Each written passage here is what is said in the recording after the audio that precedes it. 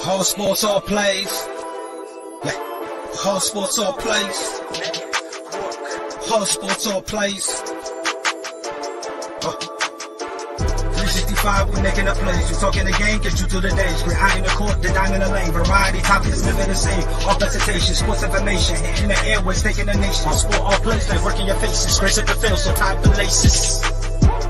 Whole sports all plays.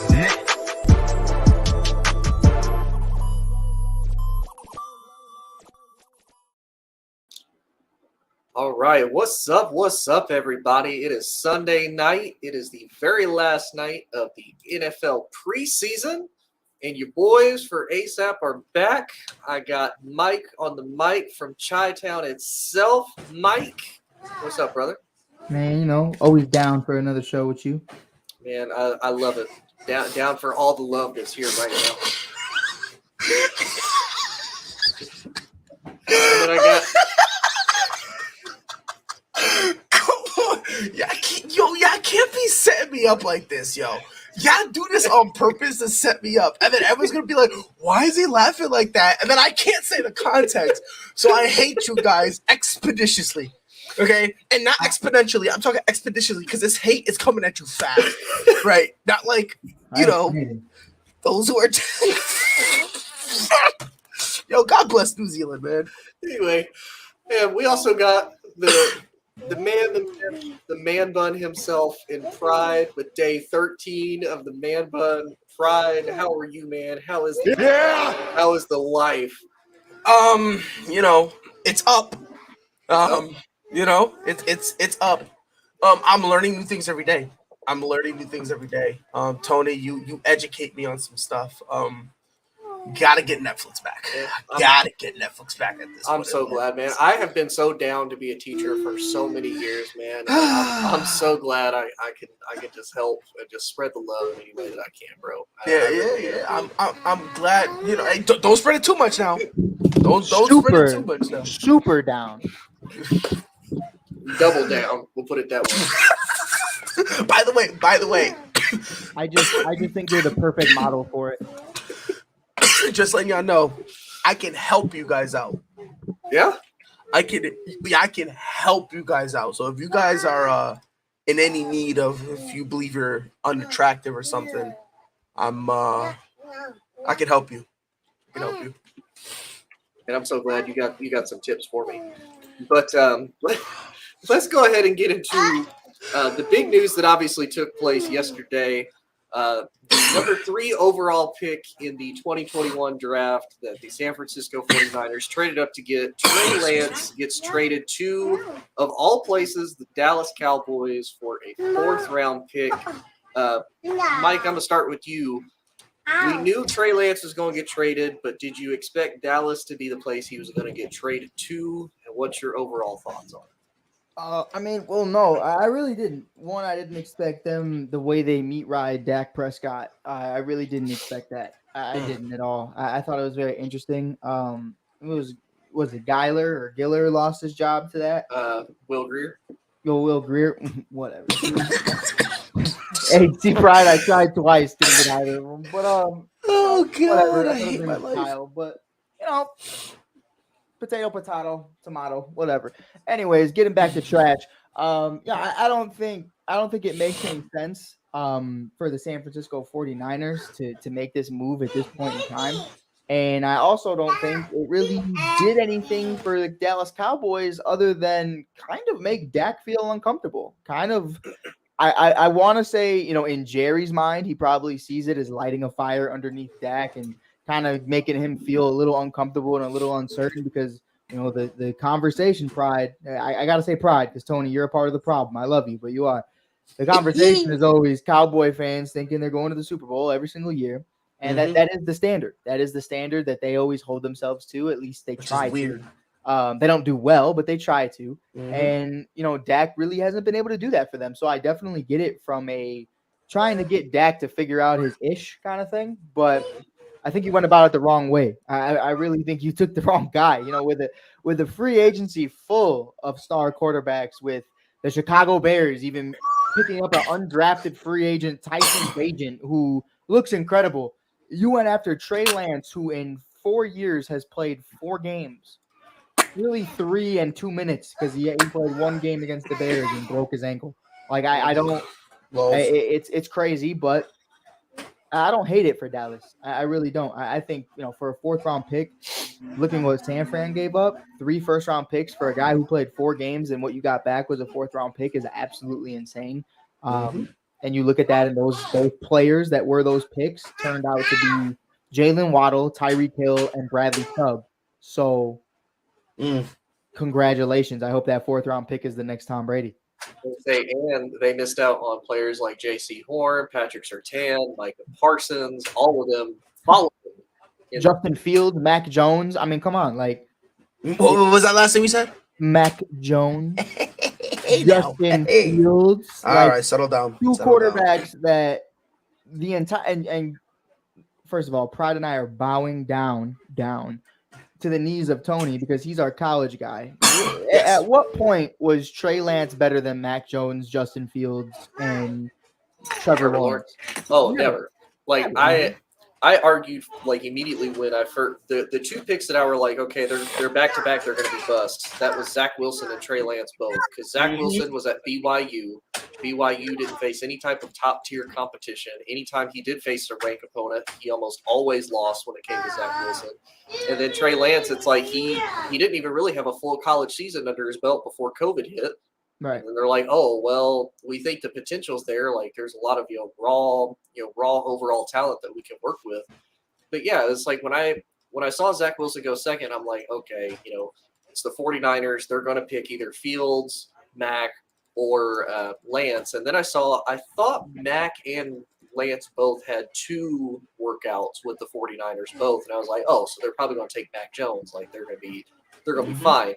And then they take Lance, and I'm like, wait a minute. Why are you taking the dude with the quote unquote most raw talent, but you don't have anything to really go off of? Right.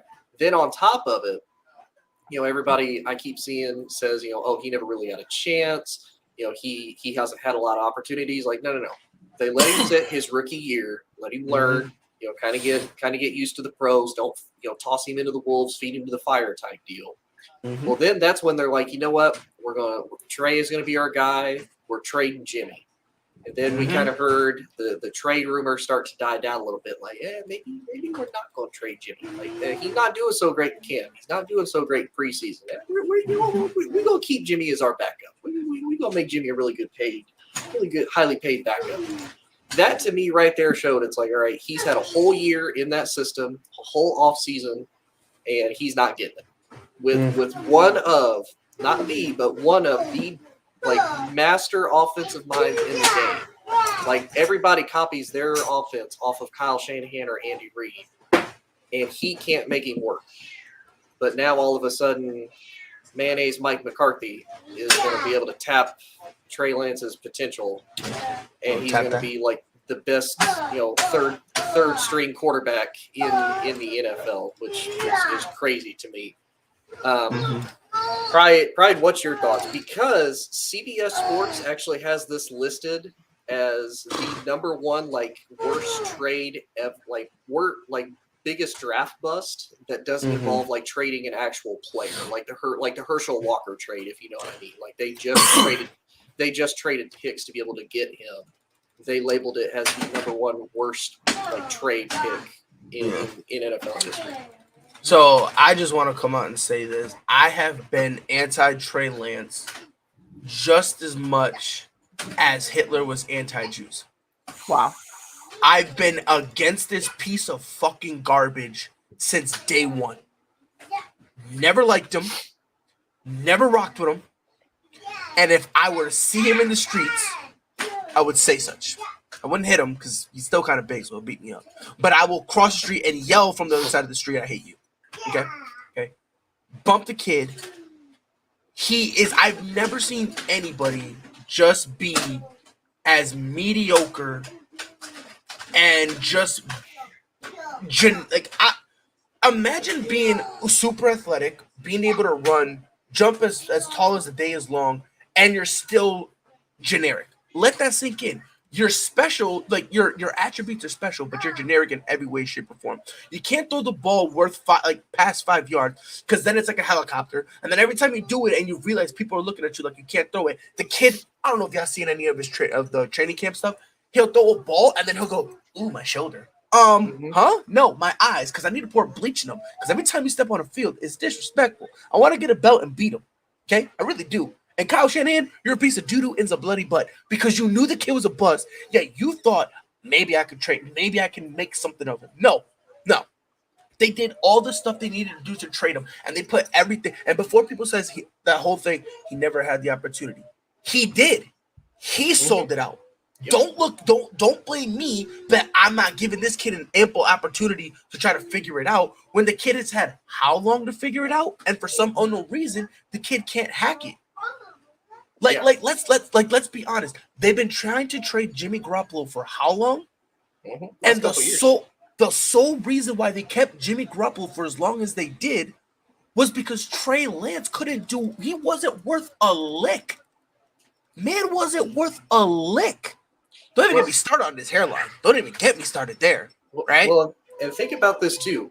You took a dude that, he's with the San Francisco 49ers, a team that was literally able to take in Mr. Irrelevant. Stop. Bring that up. Bring that comment up, because I'm about to bring that comment up. Bring that last one up.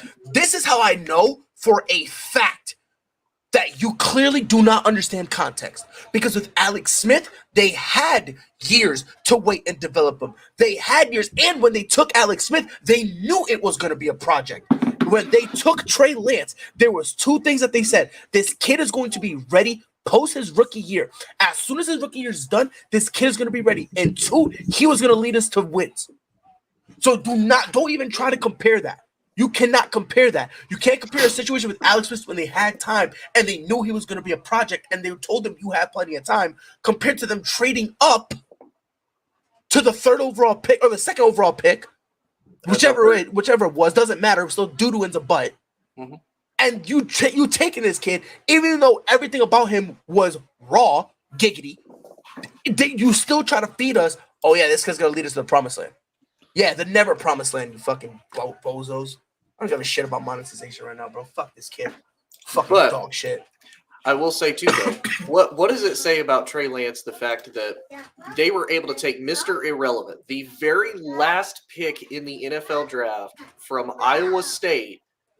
Kyle Shanahan can take this kid, basically make him go undefeated as a starter, that he started a game and actually was able to finish the whole entire game. He won every single game, and he's able to become within 1 game of the Super Bowl with a backup quarterback, and he can't do it with his number 3 overall pick.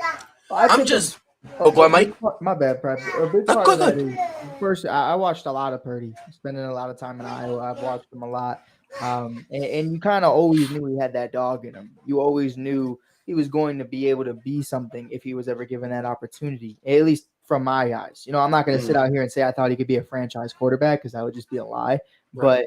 But, when you saw this kid go to the 49ers, you said, hey, you know what? That's honestly the perfect situation. And it's one of those situations to where, kind of like Tom Brady, ended up going up to New England, and you end up having Bill Belichick, and you know that they're going to put together great pieces for whatever quarterback is in play in that system, because they respect the quarterback position. So when you see that, you say, listen, the only thing that's going to keep that kid from going in this year's draft is the fact that he played at Iowa State, the place that doesn't give a single shit about any athletic school or any athletic program in the entire world. Iowa just does not care about anything. You thought Illinois sports were bad. I mean, golly. But with that, I think with Trey Lance, there was so much raw talent, the Patrick Mahomes comparisons and everything else that went into it. But him not playing in the COVID season, and I even forget whether that was his choice or just because the season. No, it was his choice. Yeah, because I feel like they played, but I don't remember. It feels like forever ago. But I feel like you have those kind of same conversations we had about Mitchell Trubisky, and we're having those same conversations right now about Zach Wilson and Trey Lance, to where you only have 1 season to really base it off.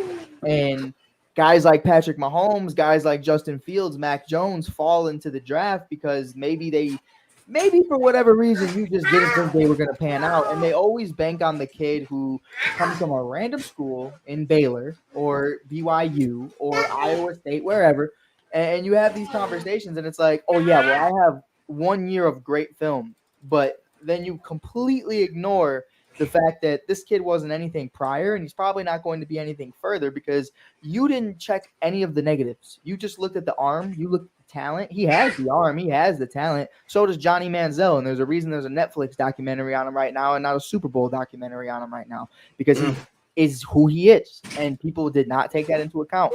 But it's definitely something for me, Pride, where it's like, man, I mean, what can we even say? I'm not totally upset with Trey, and I can give my reason why when I look at the 3 years. You know, the first year is your rookie year, so I'm really not going to kill you, bro. I'm really not going to kill you because you didn't even play. Jimmy Garoppolo had already gone to a Super Bowl, already gone to a conference championship, all these other things in play. You got to sit because you didn't even play your senior year in college. So, like, I get that. Is that fair?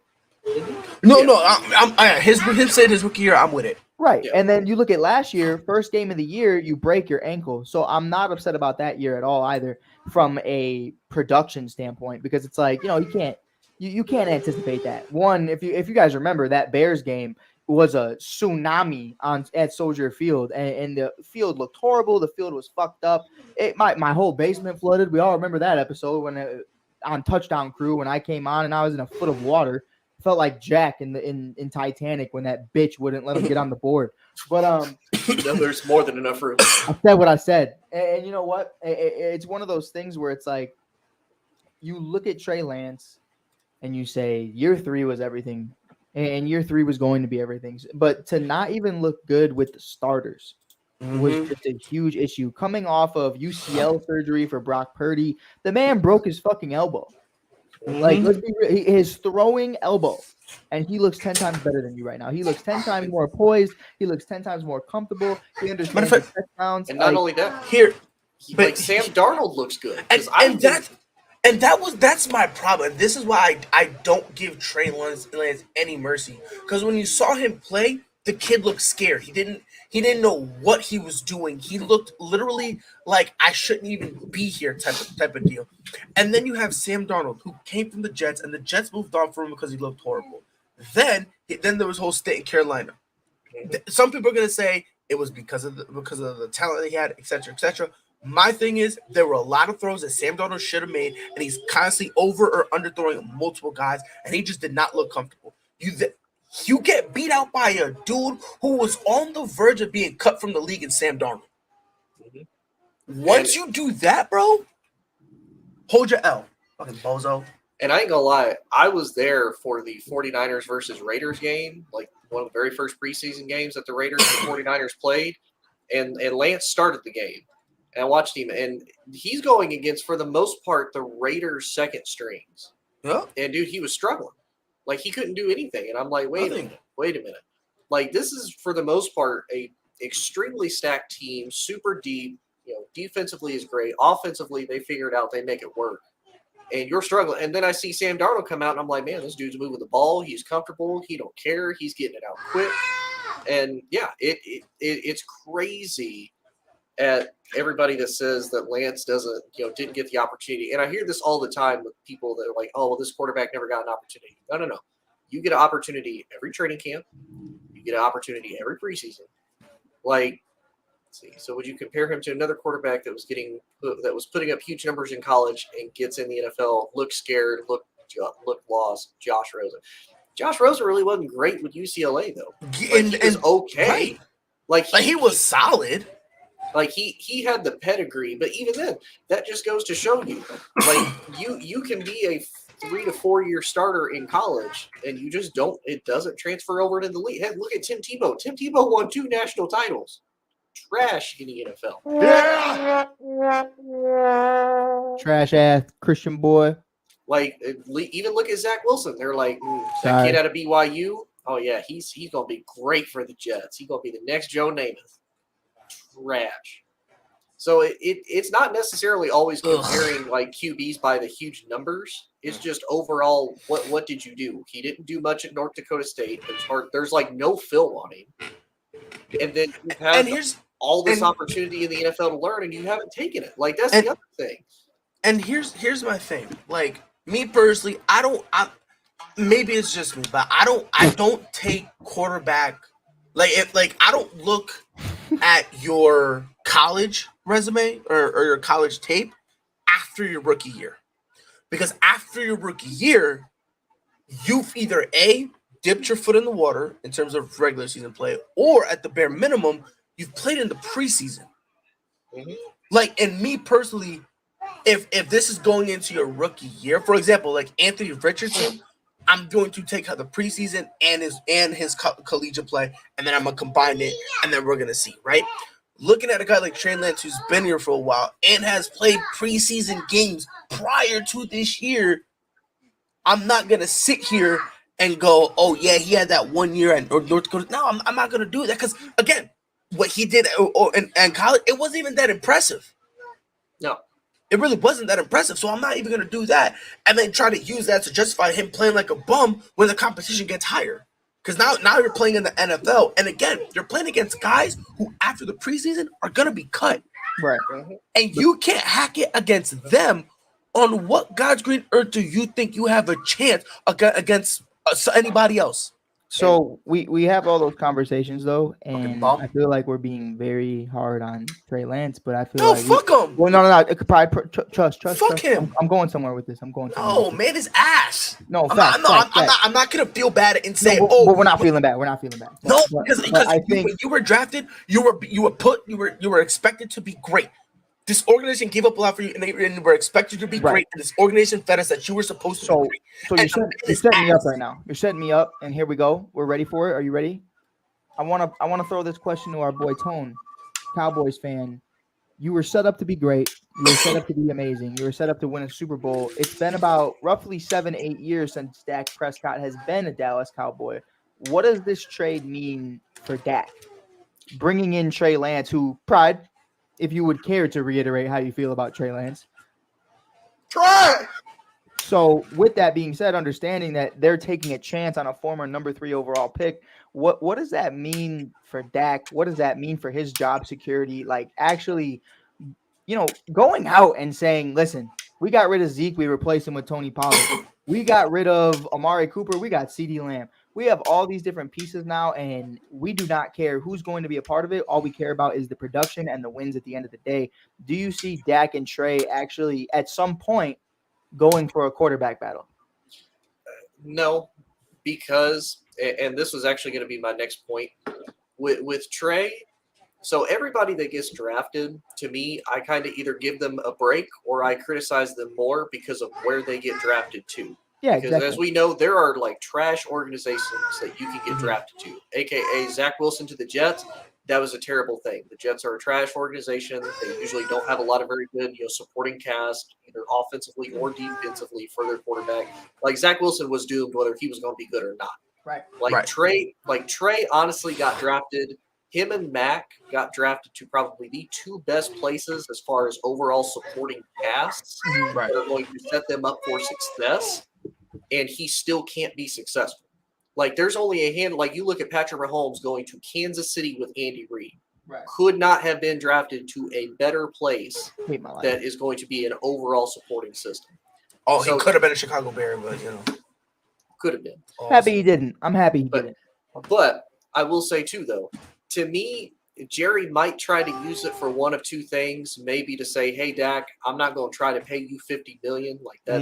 Like you're not getting the job done. Like I'm not going to extend you like that. We need to talk about this because I will move to this kid who is basically a wish list version of you. That's going to be so much worse." Now I will give credit to John. Cooper Rush is better than Lance because with all the stacked talent that the Cowboys have, Cooper Rush was able to go 4-1 without Dak. That's pretty damn decent. I don't think Lance could do that. I feel like we would go 1-4 with Lance at the quarterback. A random question just popped in my head, and I was wondering if it was okay if I asked it. I'm so scared. Is Travis Kelce without Patrick Mahomes just Mark Andrews? No. Bullshit. No. No. That is, and I'm not even I hate Kansas City with a passion. I hope one day something happens and they have to evacuate it And I hope Travis Kelce wakes up and forgets to play football one day. I hate him with a passion. I like his brother because he doesn't play for Kansas City. I hate Kermit the Frog. I hate his brother. I hate everything that to do with that franchise. But you got me out here defending this man. Mark Andrews is not even – he can't even lace up my man's shoes. Not his cleats, his shoes. And Kelce was solid with Alex Smith throwing to him. Like, that man was solid. And I do want to point out John's question. So how many years do I give Jordan Love? Jordan Love's had 4. He's been in the same exact system, had to learn from Aaron Rodgers, and man is still booty cheeks. Because I'd like to defend Jordan Love for a second. I was about to say, I don't think he learned anything. I don't think Aaron taught him shit. And Aaron said he didn't want to teach him. But I don't think he learned from Aaron Rodgers. I think he learned from Matt LaFleur because I think Matt LaFleur knew this was coming. So I think on the low, he kind of was like, whoa, wait, Pride. What makes you think that? The fact that Aaron said he was going to leave every offseason the last 4 years? Yes. Whoa, like Matt LaFleur is just like, yeah, honestly, bump this guy. But it's like if your girl says she's going to leave you for like 3 months straight and then you wake up one day and everything's gone. Yeah, she's like, oh yeah, I'm going to leave you and I'm going to hold open the door for you. Leave. Goodbye. Au revoir. I've been told don't crash a car because of my insurance. Like, bump it. Heard that. With Jordan Love, I will say this. I've seen flashes of good quarterback play from him. I'm just curious to see how he's going to be his first year. If Buddy looks like a bum, then I'm laughing at Green Bay. But the fact that he's looking pretty good in the preseason shows me, okay, maybe he's not as bad as we thought. I want to see how he – because if this year he gives me like 3,000 yards, he goes, something like 20 picks, maybe or not 20 picks, 20 touchdowns, 10 picks, something like that, or even 15-7, I'll take a step back and go, okay, this kid bought himself a year, right? But like you said, he's been there for like 4 years. If Buddy's out there making stupid decisions and he's looking like a bum, he looks like a bum. Then we're gonna have this conversation next year about Green Bay, right? So and then getting Jordan Love. But here's my other question. And real quick, John, you said Sean Clifford looked good at BYU. He was actually at Penn State, not BYU. Anyway, here's the thing, though, that I'm going to kind of retract my hate. You out here correcting him and then try to like smooth him out of there. You're a dickhead. Here, I'm going to kind of backtrack a little bit on the Jordan Love hate, but not by much. Okay. So you've had the last 4 years, Aaron Rodgers has been like, I want to leave, screw this place. This place is terrible, even though, you guys as a team are getting me to the number 1 seed, and Maury is saying that Jimmy Garoppolo is my daddy. Even though they're like, if we move on from Aaron, like, we're going to take a step back. Like, even as much as I don't like Aaron, like, that is definitely a step back. Like, overall, hey, he's better than any quarterback you've ever had in your franchise. Yeah, so you kind of gotta like him. Easy. Whoa. No. He was for mine. Yeah. Anyway, I ain't gonna argue it. I'm gonna say this: Troy can at least got to 3 Super Bowls. Karen can't even get past the NFC Championship. But when's the last time your team won? Karen's got a ring. 28 years ago. Okay. Karen's got a ring in the last 10 years. Exactly. So settle down. You wish you had he Karen. got 1. Anyway, one more than you did. Like what does it what does it say though that even Matt is like, man, like I know we're gonna like regress and we're gonna look bad if we move on from Aaron, but at what point is he like, man, I don't even feel comfortable enough like year 3. Like, man, we can move on from Aaron. We can still at least, because you think about it, what if they potentially got rid of Aaron? You get Jordan Love, but you still have Devontae Adams. I think like, here's you the still have a conversation, pretty decent defense. Tony I still think that defense is pretty decent. I don't think they're great. It definitely took a step back, but they're still pretty salvageable. But I think the main thing, and Pride and I always compare this to women because it's always the funniest thing in the world when it comes to relationships and quarterbacks. Yes, but when you're with a girl and it's going really bad and you just don't want to leave her, Like, hey, I don't want to leave you. Like, are you down bad for it? Yeah, like down bad. Like, I'm down for love. She's down to get the fuck out. Like, that's what it is. So you're talking. You're New Zealand down. I'm New Zealand down, and so it's cool. It's something right now though where you have one of two choices, really. And you can either wait it out and wait for her to walk out on you, kind of like they were prepared to do, where he was just going to leave in free agency. They weren't going to get shit for him. That's the reality of the situation. And you can let him continue to be toxic and throw guys like Devontae Adams under the bus, and Devontae Adams ends up leaving because he doesn't want to deal with it and he's not getting the money that Aaron's getting. There's so many different forms to this. Or you can leave, and maybe you're not going to bounce back on your feet right away with this new opportunity that's Jordan Love, but you definitely got to try something that's that, because you can't just sit there and wait for this guy to walk away like it's nothing. And I think that's really the idea right now. And the duo with him and Christian Watson, I hate to say it, even as a Bears fan, I can't hate on it, because what I've seen in the preseason so far, I understand it's not defensive starters. It's not the craziest thing. It's not in-game time, but they look nice. I've seen a lot of over-the-shoulder passes. I've seen a lot of great stuff from those two together. I think it's a very beautiful thing, and it's unfortunate as a Bears fan because I'm saying that, but I'd like to see how that all looks with A.J. Dillon, with Aaron Jones, with Matt LaFleur, and with all these different pieces. I still think our boys up north in the Chicago Bears are in a much better position to win right now, but I definitely could have that conversation though a year from now, saying that the top two quarterbacks in the NFC could potentially be, in my opinion, Justin Fields and Jordan Love. Wait, man, the disrespect to Jalen Hurts, like I don't even like. On God, bro. Like honestly, Jalen Hurts. Like get out of here. Hold on, I said the NFC North. You didn't say NFC North. You said NFC. So Did I say NFC? I'm sorry, I meant yeah. NFC Please North. fact check yourself right now, because no, bro, you're Listen, not. we're live, so I can't do that for 30 minutes after the episode ends. Nah, that's some players. But I didn't touch on it from Dallas's point of view on why they would get him. I think I'm trying to have you touch on me.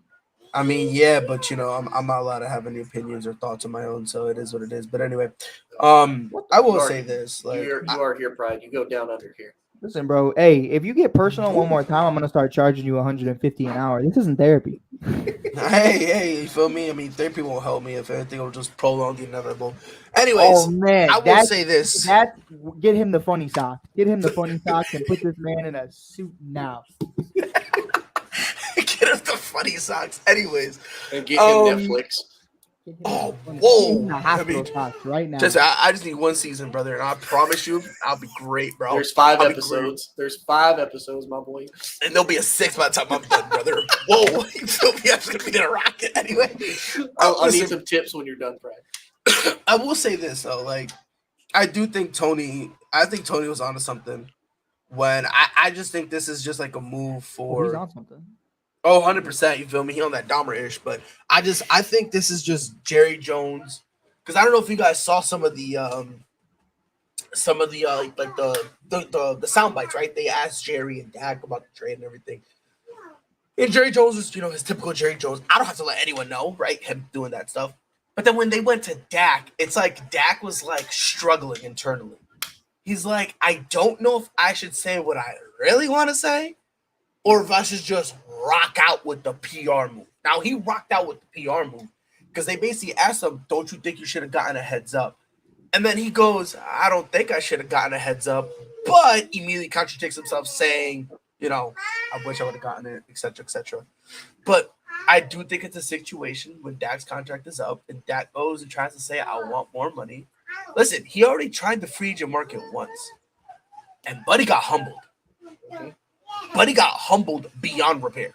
Yep. Like, people forget, like, yeah, in the end, he got the money he wanted, which was great. But people forget, it was because Jerry Jones eventually said, bump it, let me just give him this money so we can end this saga. It wasn't because he was in a bidding war.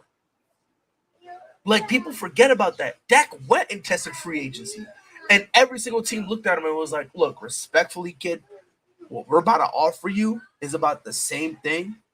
And honestly, that's a significant overpay to the point that we definitely don't want you. Yeah. So if he tries to test free agency again, listen, Jerry Jones is insane. Tony, I think you know this. That man is insane. I've known this for the last 28 years. Right. The man will literally, with a straight face, bench Dak in his last year.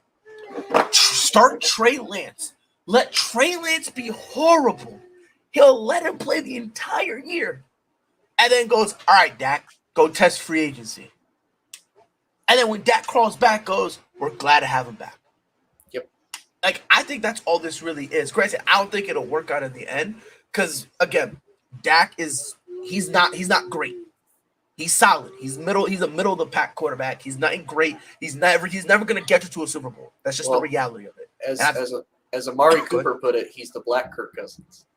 I mean, let's settle down because honestly, I'd rather trust Kirk Cousins more. Did you see Kirk Cousins' new handlebar mustache? Bro, bump that. Did you guys have you guys seen the new commercials for the NFL season? Why you cough like a 40-year-old man? Because I'm a piece of shit and I deserve death. But have you guys seen it yet? There's like a bunch of them. Justin Fields had a good one, and so did DK. DK I like had a that with good DK. one. But Jalen Ramsey had a good one. I fuck Jalen Ramsey. Hey, I want to throw some shade because Jalen Ramsey in his is like, oh, I didn't know this wasn't a dress rehearsal, and I was like, you're not going to be dressed up for like the first 6-8 weeks. So LOL, hold your elbows up. Here, so I don't know why you would have thought that. No, but it's kind of funny how you said that because like that kind of leads to Big Kirko always dressed up, and it's like him with the chain. Big Kirko always iced out. And then he was like, Big Kirko, I like that. He goes, you like that? Big Kirko, I'm loving it. And honestly, it's like, Kirk Cousins, retire, come back as a rapper. Big Kirko, I don't care how horrible you are, I'm buying every album expeditiously. Like on site, I'm buying your shit, bro. So is that what we're calling him now? Big Kirko? I thought he was Perk Thuggins. That's what I thought. But hey, he came out and called himself Big Kirko. Who am I to disagree with Big Kirko? I say with that type of mustache, he can call himself whatever he wants to. Honestly. Oh God, bro! Like, come on, bro. That's what we're gonna be doing in the league. But I will say, kind of back to the Lance thing. There's two crazy ways I could see Jerry Jones trying to do this, and this is just purely hypothetical. This is also the desperate Cowboys fan trying to save what is left of that franchise. As much as I love them, two things. One, I potentially think that Jerry could try to use the Trey Lance thing to his advantage of, okay, Dak, I'm going to put this here to put a little fire under you, but also using as trade bait. Because if a quarterback gets hurt and a team wants to potentially have a dude that they think could at least keep them close to 500 and not have just some other backup bum play, maybe they try out Trey Lance. Maybe they give Dallas a second or third pick for him. Maybe. Right. And it's crazy too, because like I was talking to one of my boys, John Rivers. I call him Unc. Like he a Dallas fan, and him and I kind of agreed on this. If Jerry Jones really believes in this kid, that's if he really beliees in this kid. We're talking about Trey. I'm talking Trey Lance. If he really believes in him, he should play him. Right. I don't mean have him start, but let's say you're in the middle of a blowout, whether you're losing or you're winning, put Trey Lance in there. Yeah, see what you got with him. Here's my problem, right? You're going to have to end up doing that. Here's the big issue is like, and I understand it from the 49ers standpoint because you had to keep Trey until preseason was over because you had to see if there was anything salvageable. You needed to see if there was something this kid was going to show you that was different. But the problem for Jerry is, what is this, year 3 for Trey Lance now? Same as Justin Fields and Mac Jones, right? It's year 3? Yeah, going into year 3. Right. So technically it's still year 1 because he played fucking 4 games and only 3 minutes of one of them. So, But I digress. But with that, I think the craziest part of all of it is now you're going to have another excuseful year because you can't walk into Dallas and expect them. They can't expect him to walk into Dallas and ball out because you have not been a part of this organization. You have not had the reps with the first unit, the second unit, or the third unit, or even the practice squad. So now I'm counting 3 years of Trey Lance in the NFL where there's an excuse for him every year. Year 1 is you're a rookie. You need to sit behind Jimmy Garoppolo and learn behind the best offense and one of the best offensive minds in Kyle Shanahan. Year 2, you break your ankle. Cool. It is what it is. You don't want to come back by playoffs, even though you're deemed healthy. That sucks. Neither did Jimmy G, though. So I'm gonna give him the same treatment. Kind of just let the 49ers ship sink, and they were 1 game away from the Super Bowl. So shitty as fuck. But with that being said, understanding that in year 3, I can't expect anything from him either because he just got to Dallas, and you have no communication with anybody in Dallas before because you're a rookie. So my question is, you go into year 4. You're on a contract year. What does Jerry Jones even potentially offer Trey Lance when it comes to a further contract? And how does that dictate what happens with Dak Prescott moving forward? Because you got Trey Lance, who, I mean, bro, let's be real. By the end of this season, if all goes well for Dak Prescott, abiding injury, doesn't even have to perform well. I think we can all agree. As long as he doesn't get hurt, Trey Lance isn't going to see the field. So you have that conversation and you say, what is Trey Lance's market even going to be? Like, what are you going to ask for? Because we've seen it doesn't matter. It doesn't. I mean, look at guys like Deshaun Kaiser. Like, oh, but I'm 25. Oh, but we don't give a fuck. Oh, look at Josh Rosen.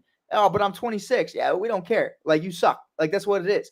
And I think at the end of the day, you start to have that conversation with yourself to where it's like, hey, Tony, if do you have Dak's contract in your head? Like, do you know when he's going to be a free agent? He's going to be a free agent at let's see, he's 30 now. I think he's a free agent next year. I think this is like 2 years left on his contract. So then you have that conversation where it's like, okay, so are we going to pay Dak Prescott an extension that's going to be 10 times worth what it probably currently is, or are we going to pay Trey Lance the veteran minimum or something close to it, a very team-friendly deal, and try to build a roster around him and see what happens? And I could see Jerry Jones going the cheaper route because that's who he is. Yeah. Well, and honestly, part of me too, again, this is the hopeful fan of me, even though I know Jerry Jones is not going to do it. Part of me really hopes that Dallas tanks just right when like Arch Manning is trying to come out so he can be like, oh man, I got a Manning. I got him from the University of Texas, from the SEC. We all know that ain't going to happen, unfortunately. But no, I honestly see Trey as being either, honestly, like 100%, this is going to be, to me, Trey Lance's like last chance. Because he was a number 3 overall pick, they have the option of his 5th year. Right. So if they don't feel like they've seen anything from him with Mike McCarthy, with all the talent that Dallas now has, that he could potentially get reps with the second, third, and even the practice squad guys, and with Mike McCarthy, another coach, a different set of eyes to look at him and tweak anything that's potentially wrong. If they don't feel that there's anything worth there, I think Dallas honestly declines that option, cuts him, and moves on. Because honestly, for them at the end of the day, they gave up a 4th-round pick for him. Hey, maybe there's something there. Maybe there's potential. They can work with it. And like we said, if they feel that there's enough there that where he could be like, hey, Dak, look, either you're going to realize you're going to take a pay cut so that we can sign other dudes like Micah Parsons because he's going to be coming up due. CeeDee Lamb's going to be coming up due. Or you can get the fudge out, and Trey is going to be our guy, and we'll figure out what to do from there. So I'm gonna pose a question to Pride. I want to throw it his way, and Tony, I want you to go right after because I've thought about this long and hard. I've had this conversation with myself. Let's throw away the picks. Let's throw away the picks. Let's have a conversation about that current draft class with these quarterbacks that we've been talking about tonight. What's worse for these 3 organizations? Really, the Green Bay Packers, the New York Jets, and the San Francisco 49ers. Is it the 49ers taking Trey Lance instead of Mac Jones or Justin Fields? Is it the Jets taking Zach Wilson instead of Trey Lance, Justin Fields, or Mac Jones? Or is it the Green Bay Packers taking Jordan Love instead of Jalen Hurts? In your opinion, what do you think? What's the biggest what if in that situation? I mean, the biggest what. So I'm assuming you mean in terms of who would have made like who would have been more successful if they would have been like to another. Now. I would honestly still have to say San Francisco. I would still because the Jets. I mean, the Jets still are like 2-3 years away from being legitimate. Even though they got Aaron Rodgers, the pieces they have around them are still kind of young, and they still need to hit their stride, right? So it's not like whoever they drafted would have. I mean, maybe they would have made an impact. But I still got to go with the Niners because it's like, bro, if you get Mac Jones, if you gotten anybody else. I mean, could you imagine the run game? Let's forget the facilitating and the floor general, the field general that Mac Jones is, because I feel like that's a perfect transition from Jimmy Garoppolo because it's the same kind of offense. But when you have Kyle Shanahan, throw in Justin Fields, who can rush over 1,000 yards, have Christian McCaffrey involved in that, Deebo Samuel, Brandon Ayuk, George Kittle. Like, you can change up this offense in so many different ways. and you took the kid with the broken ankle. But That's what I'm saying, bro. Like, Well- believe it or not, like, do you know what Trey Lance's first words were to anyone in the 49ers organization? Bro, we're out here looking like he sounded like he a freaking extra on SpongeBob head ad boy. no, for sure, Like- for sure. But do you think? what a Okay, bum. so let's play devil's advocate, right, Tony? I'm gonna Alright. throw this one to you. Okay. You draft Jalen Hurts. Mhm. He's showing a lot more production, presumably, than Jordan Love was at that current state in year 1 and year 2. So obviously, they would probably be likely to move on from Aaron Rodgers, who at that time was already trying to get out, anyways. Mhm. So you have that conversation that Devontae Adams probably gets paid and doesn't leave Green Bay. You have Devontae Adams and Jalen Hurts, Aaron Jones, A.J. Dillon, Robert Tonyan. That Green Bay defense, who was 1 game away from making the playoffs last year, and even just how many times have they almost beaten the 49ers in the conference championship and couldn't get over the hump? I think Jalen Hurts gets them over that hump, and I think they go to the Super Bowl. Oh, I do too. And not only that, you have to realize too, if they do, they're not paying Jalen Hurts anything, and No. all the money that they would be dishing out to Aaron, part of that would go to Devontae, Right. and they could add more pieces. They could have got another Still big could wide add receiver. Christian Watson still could have added Yeah. him. You could have added, and this would be an extremely stacked and scary Green Bay team if you would have done that. But Just to finish 4th in the conference, that's credit. right, but not Wild to only, me. but no, I mean, I think it to me it was honestly a toss up between Hurts potentially going to Green Bay, or honestly, I feel like if Fields went to San Francisco, it would have been like he honestly never left Ohio State. Right. With the type of talent that he would have in San Francisco, the type of system that Kyle Shanahan runs, and the fact you could still be mobile, and you'd have still a solid defense. Like it just baffles me that Kyle was like, nah, I'm gonna take the kid with the broken ankle. I think he's got more talent than Justin Fields. Like this is the other reason why I hated that draft so much, is because it was like Trevor Lawrence went number 1. We all knew that was going to happen. Like he deserved to be number 1. I wasn't super mad about that. Right. No, yeah. And I mean, but come on, you national champion. Like, yeah. I say, but yeah, you took Zach Wilson and Trey Lance over Justin Fields and Mac Jones. Now I'm not even a big Mac Jones fan just because I dislike 90% of Alabama quarterbacks, but he was a national champion. Right. Like he can make the throws. Like he knows how to work a professional system. And you took you know what it's like? It's like, look, you can either have option A, which is the gold box. You can have option B, which is the platinum box, or you can have option C, which is the mystery paper bag that could be better than both of them. It's the Peter Griffin. Oh man, pride. We got to start doing clips. We got to start doing clips on here for the pod. Remember, it's that Family Guy episode where it's like, do you want a brand new boat or a box? Mystery box. I'll take the Mystery box. He's like, yo. She's like, why would you take the box? The box could be anything. It could even be a boat. It could be a boat. Fucking moron. But no, I do want to. I want to make a transition really quick because we've been on Trey for a little bit. Tony, I want to bring it up. You brought up obviously Mac Jones and the Alabama, and winning a national title, doing amazing things.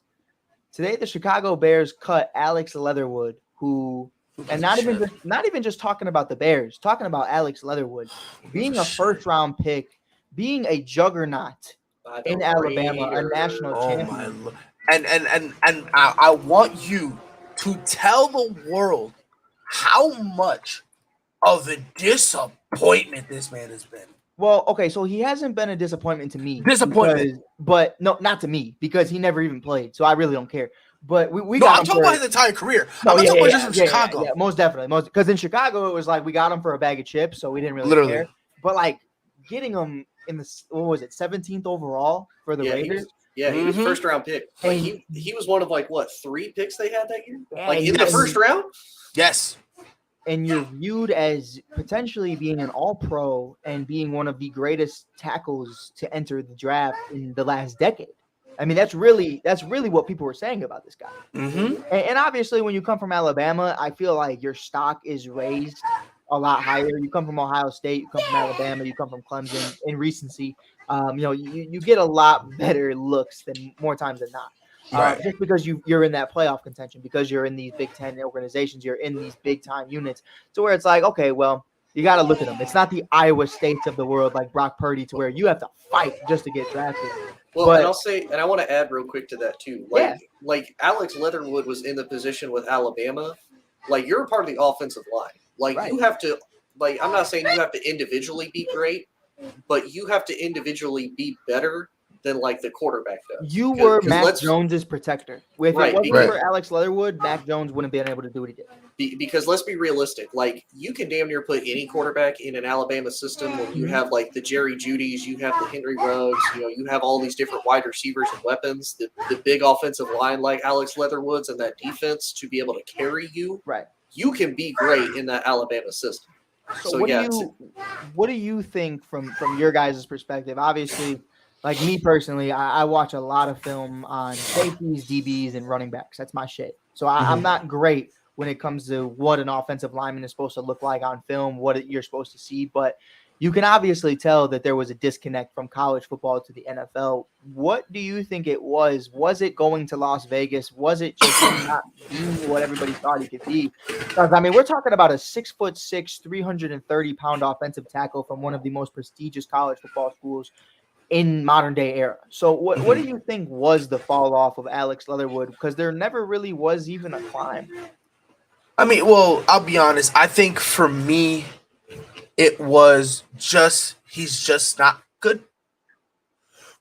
I think there are plenty of guys in the NFL, no matter the position. There are some guys who are great in college, but for some reason, when it comes to the NFL, just not good. I think that's him. I think at best he's a project that you could probably mold him to be a backup. I mean, for some reason, like, if you watch the tape, it tells you that he's always a step behind. His reads are weird, and he's very undisciplined. And what I mean by his reads are weird is every time he looks up, there are multiple times where the double team's on the other side, right? Right. And he's supposed to look up, look left to see if there's oncoming blitz, and then look right so that way he can get on his man. He does the opposite. He looks at his man and then goes, oh, wait. Then he looks to the left to see if there's anyone oncoming to see, oh, do I have to help with a chipper? It's bizarre how he really – it's like he works backwards. So that's number one. Number two, they'll tell him the cadence, and he's always a step behind, which is bizarre because then that puts him at a disadvantage because not only is he reading and looking at his reads, he's doing it backwards. But when he's a step behind, he's getting easily pushed back, and then that leads to the undisciplinedness because when he gets pushed back, instead of just falling back and just kind of – because what you're trained to do as an offensive lineman, if you get pushed back, you scream, you yell, you do something to let your quarterback know, I'm down bad, bro. You better hit feet. That's what you're supposed to do. But instead of doing that, he'll just grab him and he'll try to like tackle him. And it's like, bro. This is offense. You're not a linebacker. Simmer down. Relax. Obviously, he's got an issue with his hands because he's always finds a way to get into for face masks. It's just for me, it's just he's just not good. There's a balance you need to have it as an offensive lineman. He just doesn't have it. And a lot of these things that you need as an offensive lineman, you learn about it when you're younger and you work on it and you mold it. You had a great point, Mike, listen, you could be a horrible offensive lineman if you're just one bad offensive lineman and you plug them into a great football program, like how we saw LSU back in the day, or even now, because they're still a great football program, like LSU, like a Georgia, like a Bama. Like, you can be that one weak guy, but because everyone else is so great, it can kind of mask you. And I think that's what happened with him, that because it seemed like on paper he was so great, no one took into account, hold on, what if it's just Bama? Like, what if it's just what if it's just everyone else is so let's, great? Let's go down the list at the time. I mean, let's try. We had Mac Jones, Henry Ruggs, Jalen Waddle, Devontae Smith, Najee Harris. I mean, yeah, I'd say it's safe to say it doesn't matter how much time you have, something was going to work. Right, and that's my thing. Like, sometimes even if you just have like one bad offensive lineman, when you have all that talent around you, and that offensive line was still very great, even though you had him there, you're able to kind of just exist, and that's what he was doing. And you didn't realize how like he was just existing until he got to Vegas, and then Vegas was like, "All right, bro, you're it." And then by game 3, everyone is looking at him like, oh my God, this is a project. Because remember, he started as a right tackle. Mans was getting fried, and they're like, what are we going to do with him? Let's move him to guard. Right. And he was a little better, but still horrible. Mm-hmm.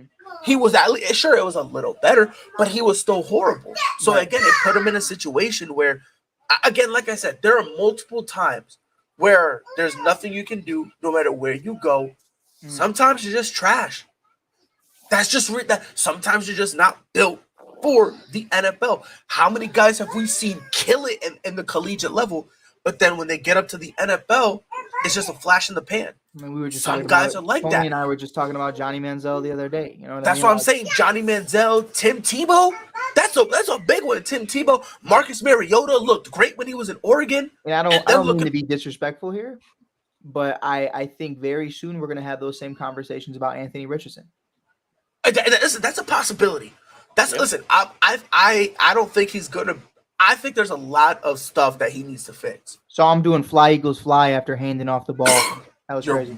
Oh my Lord, you saw that too? He handed the ball, ran to it. Dog. I don't know. And then he ran to the fly. I'm like, bro, like at least throw a touchdown. You didn't even run it in, dog. You didn't. You just handed it off. You hate it, and it's crazy because while he's doing it, everyone else is ignoring him. They're walking away like everyone's like, "Oh man, please don't do that to third stringers, bro." I don't know. Yeah, they're like, settle down, because like, I got this. Yeah, because they're running away, and then like they're like, "Bro, Philly gonna beat the shit out of us." Jalen Hurts is gonna ratio that, man. It's gonna be. Oh God, bro!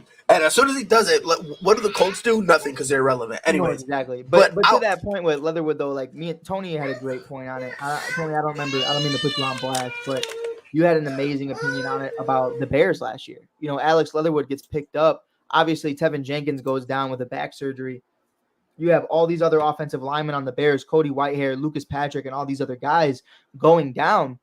And Alex Leatherwood still can't stay on the starting 5 for too long. They're switching him out. They're not able to keep him on there. I know you had such a greater opinion on that than I did, but it was so frustrating. Like, you know, we really thought we had something. We were like, oh, we just got this kid. The Raiders gave up on him. Like, maybe we can make him into something, because we literally have the worst offensive line in football, and he still couldn't even hang. Yeah. And here's what's crazy, too. I can't find any of the statistics for Alex Leatherwood from college. Like, I can't find any of his collegiate stats. Nick Saban, you didn't hear? Nick Saban burned all of it the day before the draft, so no one knew. I believe it. They absolutely burned all of them. It's a pride's point. We're disguising. Look at the ring. Look at the ring. Look at the champion. Yeah.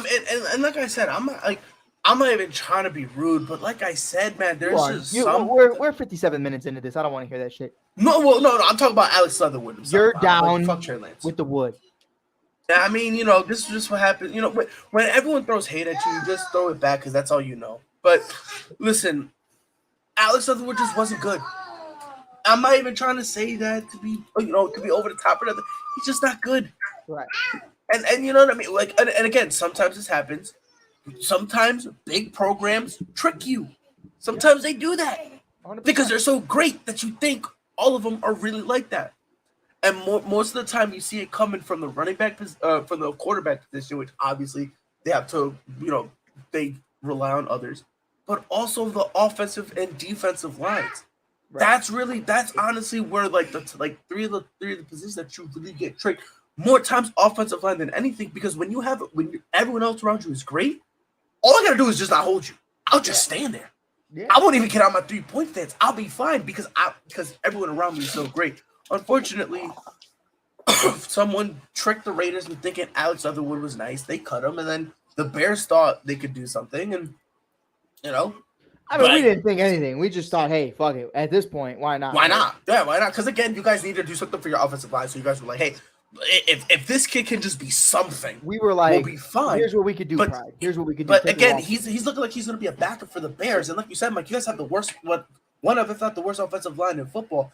If his ceiling is a backup for your offensive line, right? Yeah, bro, just hit him as walking. And it's that same conversation where it's like, for the Bears in 2022 – you could call Jason Peters for the third time and ask a 40-year-old man who obviously a Hall of Fame career, absolute stud, but is not who he used to be.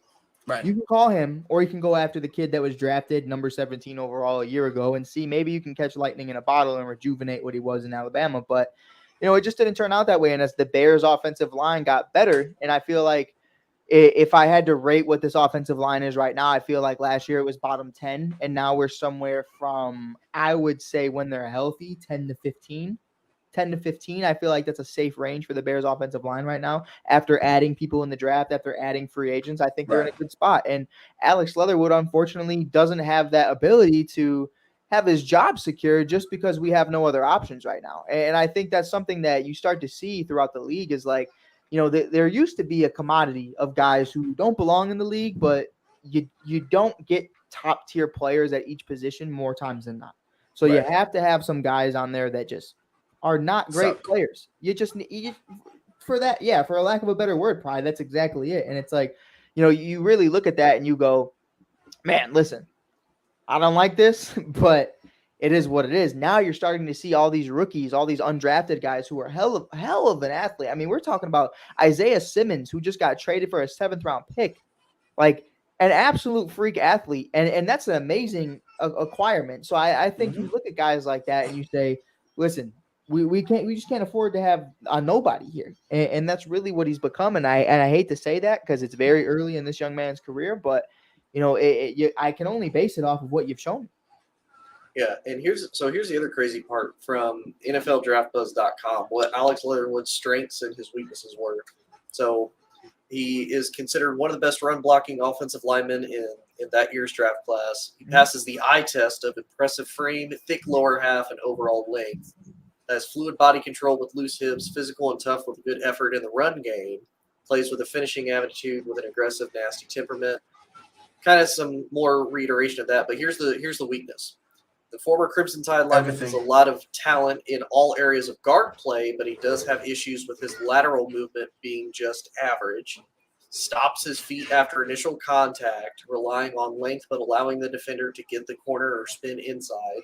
Struggles to get low enough to maintain leverage. Won't be able to cut more agile NFL linemen because he's not sudden and gathers before lunging.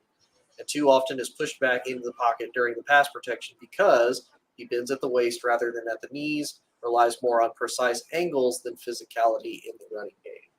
And it's funny, it says, we likely consider him taken at the top of the 2nd round, possibly going late in the 1st. And the Raiders took him at 17 overall. So even honestly, even everybody else except for the Raiders had him probably as a 2nd to 3rd round pick, right? And probably being out.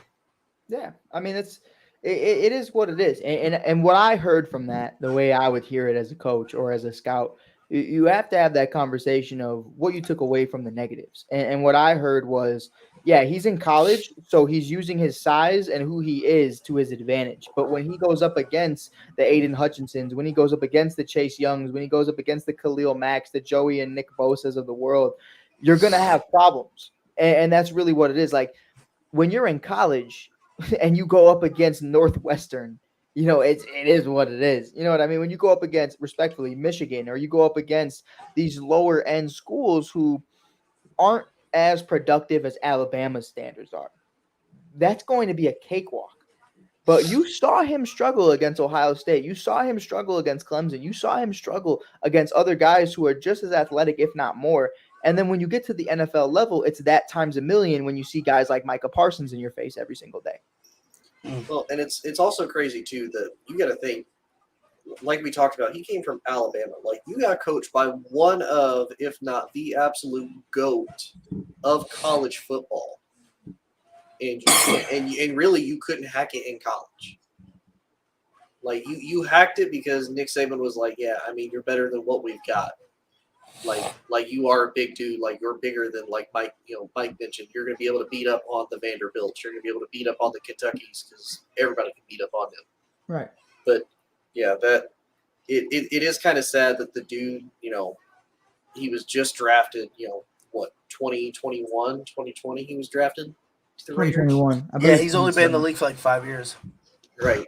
So, like, you're not even halfway through, like, a rookie contract. And they were already like, yeah, no. The Raiders were like, yeah, no, we'll give you to the Bears. And yeah, the Raiders were done after a year, dude. Like And they've had a terrible offensive line. They've had a terrible Right. offensive line forever. Forever. But then you go to the Bears, and the Bears have had a bad offensive line for a while. It's like, no, we can't do it, kid.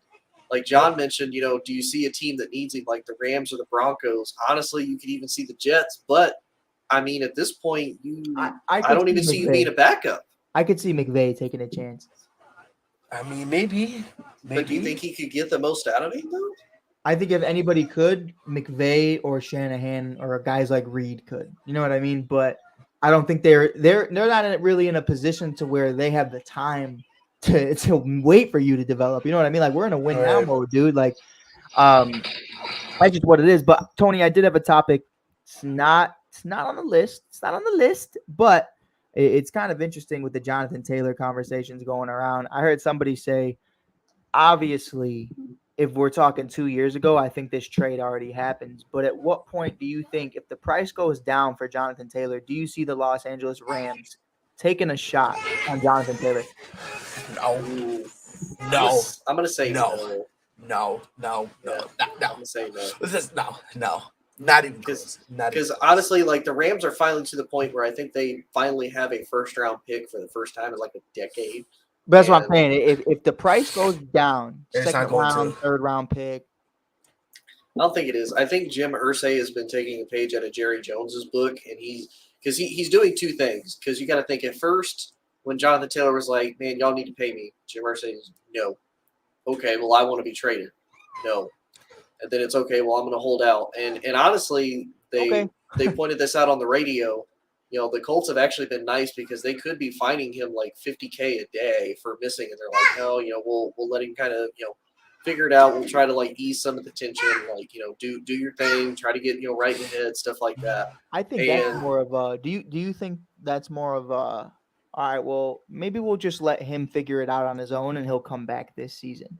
I think so. And then on top of it, when they gave him permission, I think that was Jim like, hey man, look. You're not getting the Alvin Kamara. You're not getting the CMC contracts anymore. Those contracts are done because of guys like Zeke. Those contracts are gone. So if you can find someone that's going to pay you, we'll figure it out. We'll make it work on the back end. But I don't think that's going to happen. And the dude's coming off of a pretty bad injury, and it's like, what? Yeah, you're 24. You're probably going to bounce back pretty quickly. But I mean, we've seen other dudes. It's like, man, he was great before he got hurt. When he got hurt, he's never been the same. Hashtag Carson Wentz. He's not been the same ever since he got hurt. I don't even know where that man is anymore. He's Washington. Somehow Carson Wentz is somehow backup for Sam Howell. No, he's not. They cut him. They cut him at the end of the season. No, they didn't. No, they didn't. So do better. No, they didn't. Yes, they did. No, they didn't. Yes, they did. Right. No, they didn't. I know you got a man bun pride, but you're wrong. No. I refuse. I forgot to tell you. I refuse to live in a world where Carson Wentz got cut for Sam Howell. So because of that, he didn't get cut. He's not a free agent. We're just waiting for Sam Howell to sell, and then we're gonna start. And y'all got me talking like I'm a Commanders fan. We're gonna start Carson Wentz. What happened? Carson Wentz is not a free agent and will not be a backup to Sam Howell. I refuse to live in that world because I will dead ass 100% call it quits on everything. So John, you have a pretty interesting comment here that made me laugh, and I told Mike about it, but I have to tell you about it because it made me laugh as a Cowboys fan more than anything. So John said, heard on the JT situation that he's going to Miami for Eli Apple, a running back, and a third pick. So I mean, look, but here's the reality of it, though. Like, this is the part that people don't understand, right? Like, obviously, you got to try to get the trade, right? But what team is going to pay him what he wants? That is part two of this, where that's why I don't think he's going to get traded. No team is going to look at him and go, hey, we're going to pay you. No one's going to do that because a lot of these teams are captured. Like, for example, you guys said the Rams. Yeah. No, they are in salary cap hell. That's the reason why a lot of the moves they need to make, they can't make because they owe everybody so much money, right? And then the few teams out there that have the money aren't going to give it to them because they would rather spend it elsewhere to try to make a more full-rounded team. Like he just said, the Bears has the money. Yep. The Bears are more likely to spend the money, probably get another wide receiver. Mike, if I'm wrong, you let me know. We're Get good. another wide receiver, We're fine. fix the offensive line, and maybe add a couple more pieces defensively. Mm-hmm. I mean, the big conversation around town is fuck JT. We're going after Chris Jones to see if that's a potential. Right. Which would honestly be better. But it would be. But here's the other thing, Pride, I wanted to tell you because I told Mike. I'm in a group chat with this Eagles fan. And I swear this man. Oh, I read this, bro. I read Tony's message and I was just like, okay. Yeah. Like, I had no words. It was one of those when I first saw it, I was like, you are kidding me right now. Like I don't believe this. So for anybody that doesn't know the Eagles' current running back room, they have DeAndre Swift that they got from a trade from Detroit. They have Rashad Penny. Love it. When healthy, Rashad Penny's a beast. And they have a gentleman by the name of Kenneth Gainwell, the I like him. Running back. This man told me for straight up that the Colts would accept a trade of Jonathan Taylor straight up for Kenneth Gainwell and a fifth-round pick. Respectfully, I don't know how cool you are with this guy. I'm not. Respectfully, dude is 100% the seventh player or the seventh character in Down for Love. No debate. Wow. No debate. When he first said that, I was like, no. I was like, you need to explain to me what makes you think that because you are such a diehard Eagles fan, that the third string running back for the Eagles, the Colts are going to be like, oh my God, he's definitely a replacement for Jonathan Taylor. By the way, I like Gainwell. I do like him. I like him in that system because they like to kind of use him, spread him out. He's more of a catching guy or whatever, which I like him in that system. That being said, unless injuries happen, you don't see him getting a lot of touches. Do you want to know why?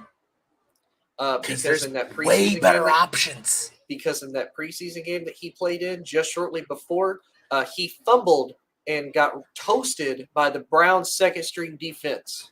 And that's always been that's one of his biggest problems. A lot of people say that. Granted, it's not like he turns the ball over a lot. No, but that's just because someone from the Eagles ends up pouncing on it. He still, coughs up the ball quite a lot. So I don't know what your man's talking about, I don't know where he eats dirt. He got so mad at me, and then everybody was like, "No, dude, like Kenneth Gainwell is not that guy." For real, it was straight boo. But anyway, the only thing I can see Jonathan Taylor doing is getting traded to an actual contender, and maybe they give him a 1 year, slightly above average, kind of like what Vegas has done with Jacobs and the Giants did with Saquon. I would we'll pay you a 1 year, $13 million. But then after that, you on the streets and you on your own, my boy. But you may or may not get a Super Bowl ring out of it if you do. I mean, but that's the thing. I don't think Jonathan Taylor would want to do that. Change positions then. Cry about it.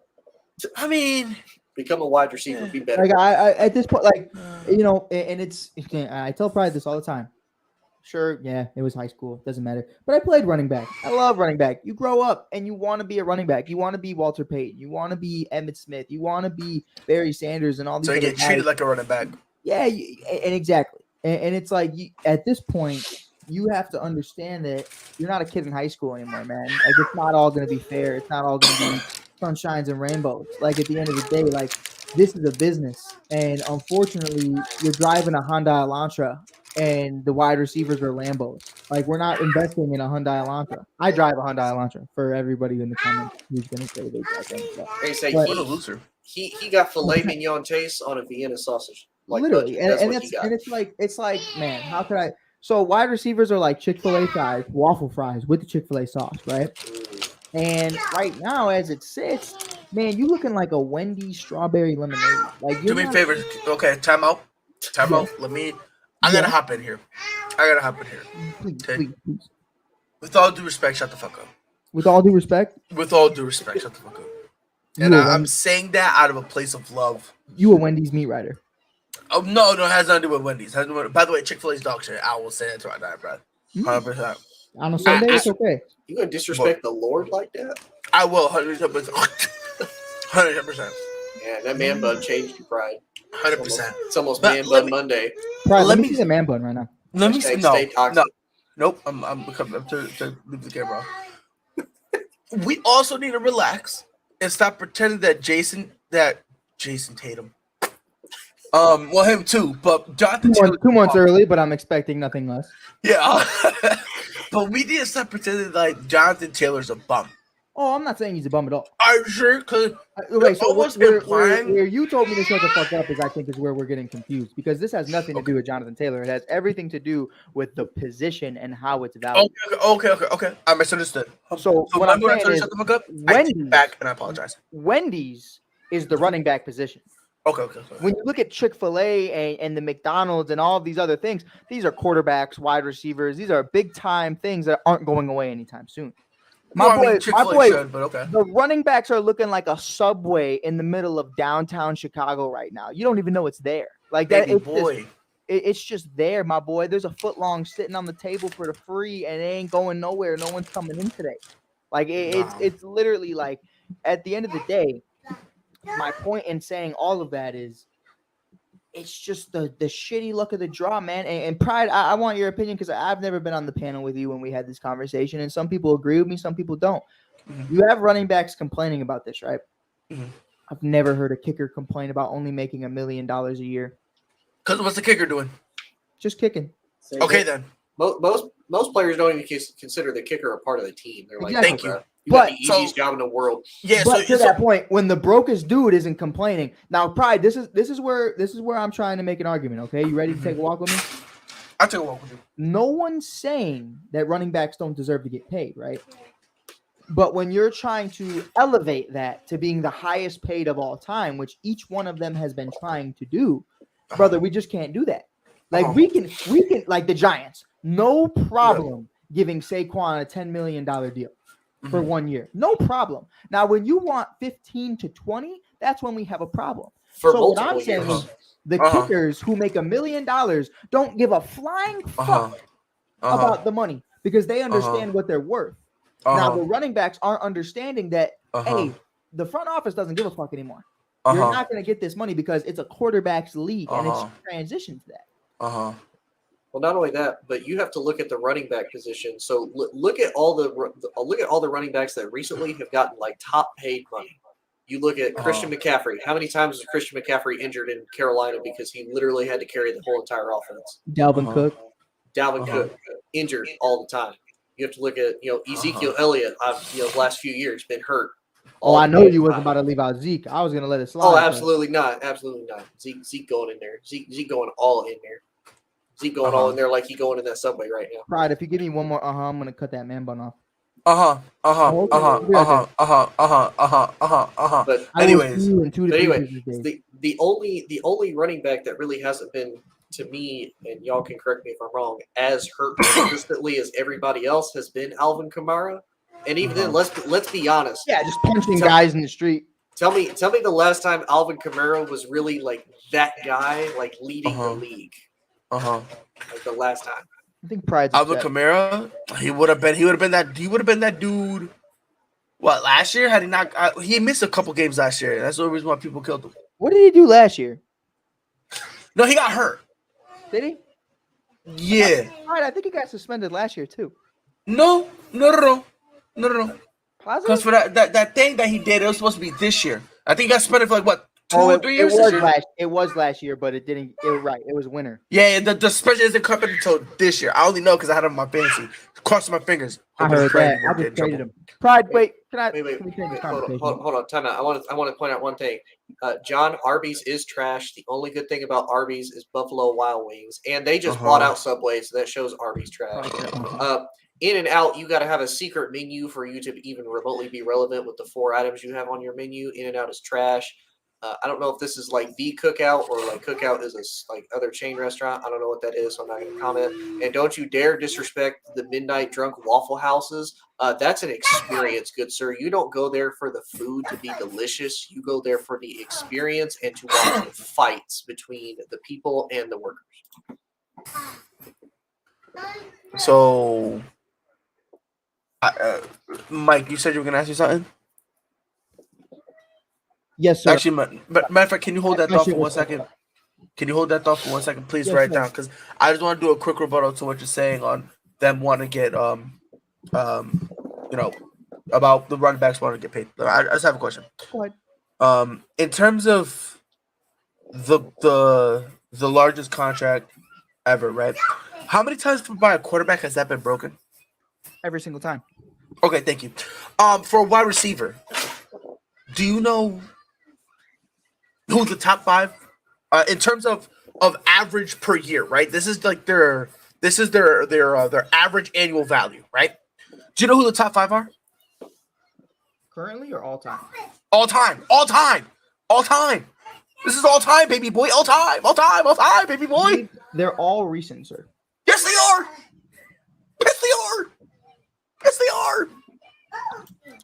By the way, John, is Blue's Clues, not Teletubbies, and I will eat a peanut butter sandwich by itself all day, every day. Don't Right now, Pride. Right now, as it says, it's Tyreek Hill at number 1. 3 Yeah, years, it's 30 Tyreek million. Hill, D-Hop. Yeah, Tyreek Hill at 30. Right. That's And number then 1. Devontae Number 2 is Adams. Devontae Adams. He's number 2 at 28. Number 3 is D-Hop at 27. I'm gonna tell you like the actual. Mine has Cooper Kupp at 3. Well, how much is his? His is currently 26.7. Well, D-Hop is 27. Oh, I'm so sorry, D-Hop. So sorry, D-Hop. Yeah, do better. And then 4th is Cooper Kupp. 5th is Julio Jones with 22. And then 6th is DJ Moore with 20. Yeah. Okay? So stop feeding me this malarkey that you can't do it for the running backs. You can't feed me that, especially when it's the same teams that we want to run to the ground. That was the point I made to you, Pride. Is like, look at what the league has become. See, like what the point I was making is when we talk about the 60s, the 70s, the 80s, the Chicago Bears. I'm not talking about them, bro. I'm talking about old stuff. I'm talking about the last time your team was relevant. Tell you though, like I'm trying to tell you back. Bum franchise. You could have a bum ass fucking quarterback and go to the Super Bowl if you have a Walter Payton. You can. That's a fact. Like it was a run first offense for more times than not the majority of every single team in the NFL. And that's what it was. Running backs were getting 30 to 40 carries a game. And now you're at a point where you could see they still are. They're not as deep as it was, though, bro. You have the Jalen Hurts of the world, the Justin Fields and the Lamar Jacksons who are taking over and dual threat players. Even Patrick Mahomes, who can run the ball. You're starting to see these guys go after it. You're starting to see the wide receiver quarterback duos evolve, even the tight end positions evolving. And it's like everybody's evolving and getting better and better and better and better and better. And the running backs are kind of just staying the same. That's not even true, though. But how? That's not even remotely true. So what's different in the NFL right now compared to back then? No. Yes, it's more of a pass first, but the talent from the running back position is still there. I think the talent is there, but the overall the health, the need isn't there either. Like it's at the end of the day, if Patrick Mahomes is slinging 5 touchdowns and 500 yards a game, I don't care what my running back is doing. Yeah, until you lose that running back. Hold on. Isaiah Pacheco's a bum. And I mean that disrespectfully. And they won a fucking Super Bowl. Not because of him. No, stop. I'm telling you to stop because you're not putting context in this. You're not putting context in this. Did the Chiefs have a running back last year that was legit? Last year? Yeah. No, but okay. And did they win the Super Bowl? Yes or no? No context at all whatsoever when they have a loaded wide receiver room. If you're looking at a team like the Chiefs, yes, they don't need a running back. I understand that. When you look at you said what? They had no wide receiver. Who was their wide receiver room? Travis Kelce. They had obviously Travis Kelce. You had who's been their number 1 receiver forever. They had Juju. McCall Hardman stepped up. Come on, man, stop playing, bro. They had Juju as the number 2 is respectable. Oh man. See, and you're the same dude who was trying to deep throw Juju to go over there, and you couldn't get him, so now all of a sudden he's a bump. So anyways, go back to your corner. As I was saying before, I was rudely interrupted. You're going to a team that has a pass for but ready to hear the funny part? Are you ready to hear the funny part? You just contradicted yourself. Because what is the one thing that you and I both said the Buffalo Bills need in order to reach the Super Bowl? The right game. Let's go to the next topic. If this is Pokemon, I hit him with Confused Ray. He hurt himself in his own confusion. They What don't the fuck? run the ball at all, and that's the problem. That's their issue. Like they throw the ball. That's all they do. I need somebody to run the ball. I don't need a running back superstar that is the highest paid in NFL history. I just need somebody to run the fucking football. Pride, hit you with another one. You have these conversations about Gainwell. You talk about Swift. You talk about all these different guys that are in right now in Philly. Bro, it doesn't matter at the end of the day because you have Jalen Hurts and you have A.J. Brown and you have Devontae Smith and you have Dallas Goedert. And guess what? They went to a Super Bowl with a bunch of bums playing the running back position. They're not bums. They're not bums. They're not bums. I'm sorry. Was Brian Scott any good? Was Gainwell great? First of all, Boston Scott in that system was respectable because it was a running back by committee thing. When you have a running back by committee, you don't need anyone to be spectacular. Again, you're not talking about contact. The Miami Dolphins, who's their running back by committee? It's Mostert right now. Raheem Mostert. Okay, is that a running back by committee? Because right now they only have a 1-2. They have that rookie kid. I can't pronounce his name. It's something AC. He's losing touches because they just got Miles Sanders. No, that was the Miles Sanders is on the Panthers. Oh, I'm sorry. No, they got somebody else. They got somebody else. So, buddy losing touches. Jonathan Taylor. But my point in all of it, Pride, is I love the running back position. I have no problem with it. But it's when you try to make them top 3, top 5 players on that salary cap, on that roster, it's like it's going to be very hard to win a Super Bowl when your running back is making the majority of the money. Tony can prove that point with how Zeke is panned out. And you can say the same thing about the quarterbacks because of all the teams when the quarterbacks had made, I think it was like 33% or more of the cap money, only one team won the Super Bowl. Only one.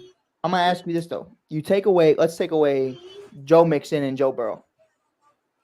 What happens? You take away Joe Mixon right now from the Cincinnati Bengals. Do they still have a winning record? Joe Mixon? Yeah. Yeah, because he was out the majority of last year, actually. And I think you can make the argument. But if you take away Joe Burrow, what happens? What were they the entirety of their franchise without a quarterback one? Again, no context because who's the better player? Joe Burrow. Obviously, Joe Burrow's the better player. But now, let me ask you. I could do that with you. Hold on. No. Because I'm not going to let you get away with that. So let me ask you something. If the Colts, let's play that game. The Colts, if they go without Jonathan Taylor, do they have a better record with just Anthony Richardson? I think they have the same record because he was out last year. Was he not? Smoking pure fucking herbs, bro. Was he not? Did he not miss the majority of last season? Pure herbs, bro. So he was on the team last season, and how'd they do? I don't know, man. Just put up historical numbers, but I guess historical number. He rushed 800 yards. That's historical numbers. Who rushed 800 yards? Jonathan Taylor last season. Bro, you're not taking into account the fact that they had nobody else, so they put him in the pass game too. I don't want to. Question mark? You have Michael Pittman Jr. Garbage. Who? Thank you. Like you gotta stop. Just because a kid is coming up doesn't mean he's it now. Bro, but you do the same shit with fucking Justin Fields. You do the same fucking shit. More times than not, Pride. Name all 30 NFL teams in the league, and you take out the quarterback versus the running back, and what happens to those teams? More times than not, you take out that quarterback, they are no longer a playoff team. Are you done? Like, okay, so take away Aaron Rodgers from the Jets right now. What are they? Put Zach Wilson at QB1. What are they? See, but you're replacing it with a bump. But I could do it. That's still gonna be a pass first team. Because that's the part that you're mistaken. Because I could do it. No, you're not. See, it's funny. You're going to bum teams. You're going to bum teams. You're going to bum teams. But do I? That's what you're doing. Do it all day. Okay, fine. No, you can't. Fine, I'll do it again. Take away Isaiah Pacheco. And now take away Patrick Mahomes. Take away Jalen Hurts. Now take away Gainwell. Okay, hold on. You see, this right here is why I can't take you serious in this conversation. Because you're just saying take away Isaiah Pacheco. The dude is a bum. So you just asked me to name legit teams, and I did, and you're mad. No. Because you're not calling legit. Yo, is Isaiah Pacheco a top 30 running back in the league? You're not. Zach, shut the fuck up. Shut the fuck up. Okay, do better. That's wild to me. Derek Carr. What's more important? You said who? Alvin Kamara or Derek Carr? In that system, Alvin Kamara. Because when Alvin Kamara was hurt, you saw how bad they were. You saw how bad doing shit with Alvin when they didn't have a quarterback. Tony, with Alvin, what, are you shitting me, bro? Alvin Kamara was making fucking Taysom Hill look godly. Taysom Hill is a god. Yo, he was making him look godly with all the checkdowns. Come on, stop smoking. Oh, we're just sitting here and we're talking like running backs are literally the reason why we're winning Super Bowls. That's not what I'm saying. What I'm saying is when you have an elite running back, you need to treat him as such. When you have a great running back who is the best at his position right now, like right now, the best running back in the league is between two guys, Josh Jacobs and Jonathan Taylor. I'm taking Jonathan Taylor. If you want to take Josh Jacobs, that's fine. But we're looking at two of the best. Stop trying to make it seem like they're bums at their position. I'm looking at it. Yes, you are. Yes, you are. Because you're trying to say, oh, why would you pay all this money to a running back? And I'll ask you, why is it that you're ignoring the fact that when the quarterback is the highest paid player on the team and their cap space is taking over 30% of the salary, only one time has that resulted in a Super Bowl? Why are you ignoring that? Because I'm asking you. Trying to explain, and this is me. No. I want you to answer the question. Why is that? Why are you not incorporating that into your argument? I'm asking you. Because I'm trying to tell you right now. At the end of the day, that's not going to change. It's not going to change. The salary is going to continue going up for quarterbacks because of the fact that you just can't pick them up out of nowhere, Pride.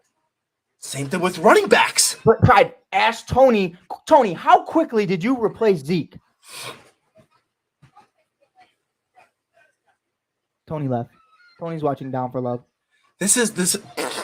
But Pride, to that point, No. Literally they pay Zeke, and then Tony Pollard comes in, and it's like, yeah, fuck it, we're running with Tony. But it's a combination though. It's a combination. And like I'm not trying to sit here and like have a full blown argument about it. You know what I mean? But it's like no, I'm with it. When you have and I'm fine with it. But it's like when you have those conversations, and it's like, man, bro, like you get to a point, and I think me and you can both agree, it's wild to me that quarterbacks are making $50 million a year off one season. It's crazy. Mm-hmm.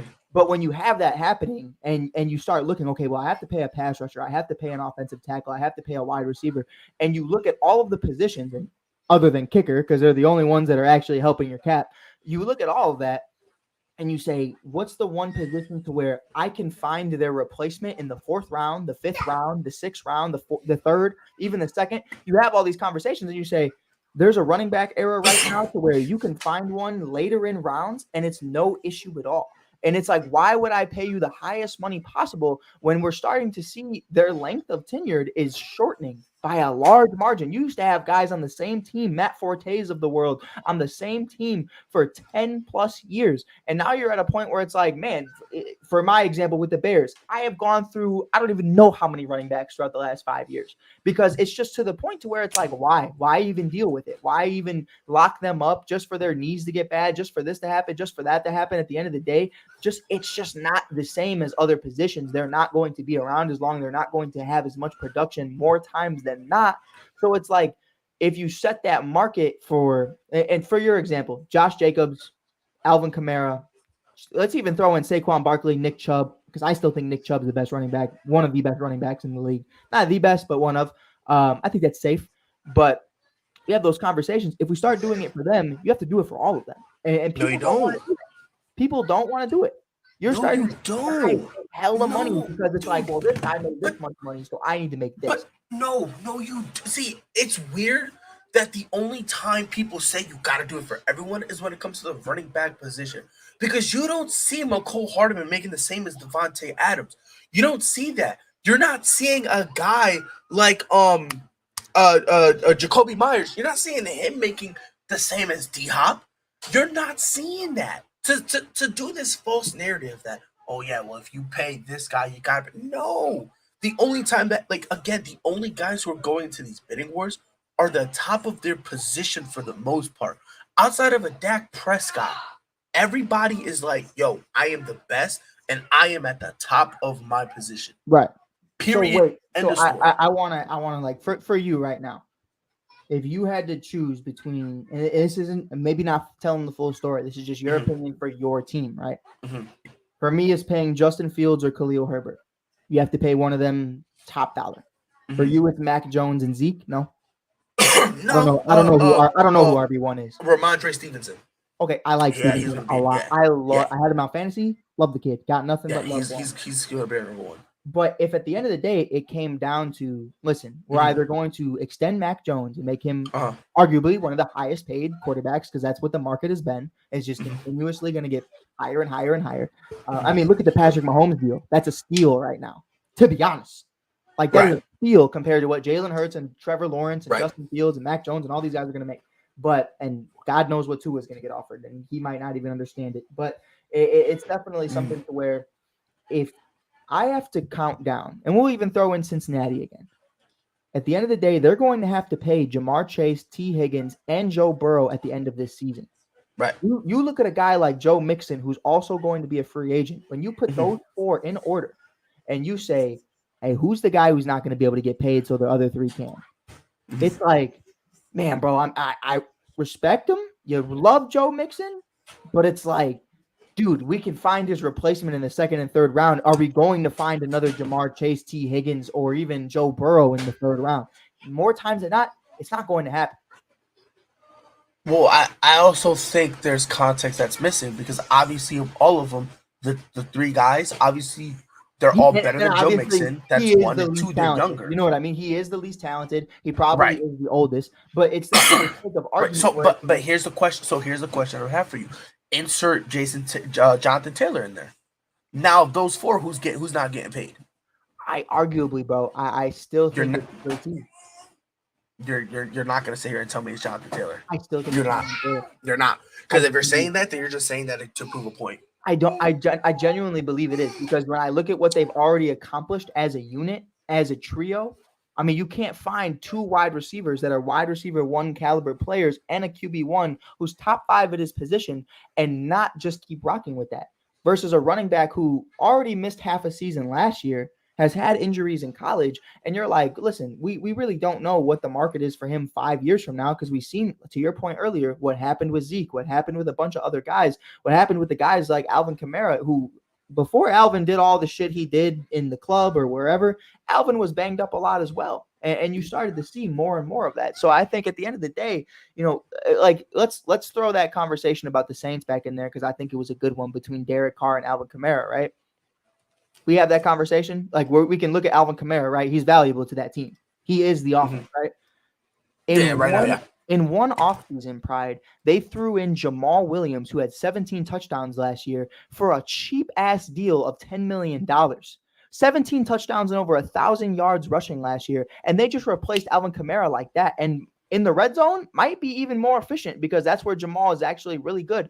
My point isn't that running backs aren't important. It's that there are so much more of them.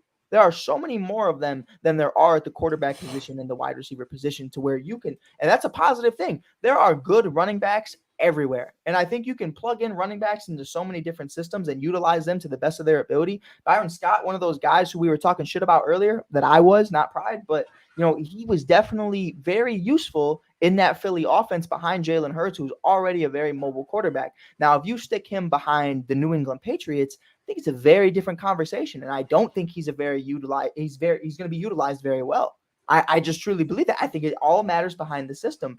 And you can always find a new guy to fit that system. Now, are you going to find another Jamar Chase? Are you going to find another Joe Burrow? Are you going to be able to find another guy like, who could we even throw out there? A Chris Olave or even a Derek Carr? Who knows? It's going to be harder to replace a wide receiver or a quarterback than it is going to be, and even to Kansas City's point, Patrick Mahomes, Tyreek Hill. Let's throw in Kareem Hunt because obviously Isaiah Pacheco is ass, and then Travis Kelce. Between those four, when they were in their prime, the one that got the boot, you like what I did there?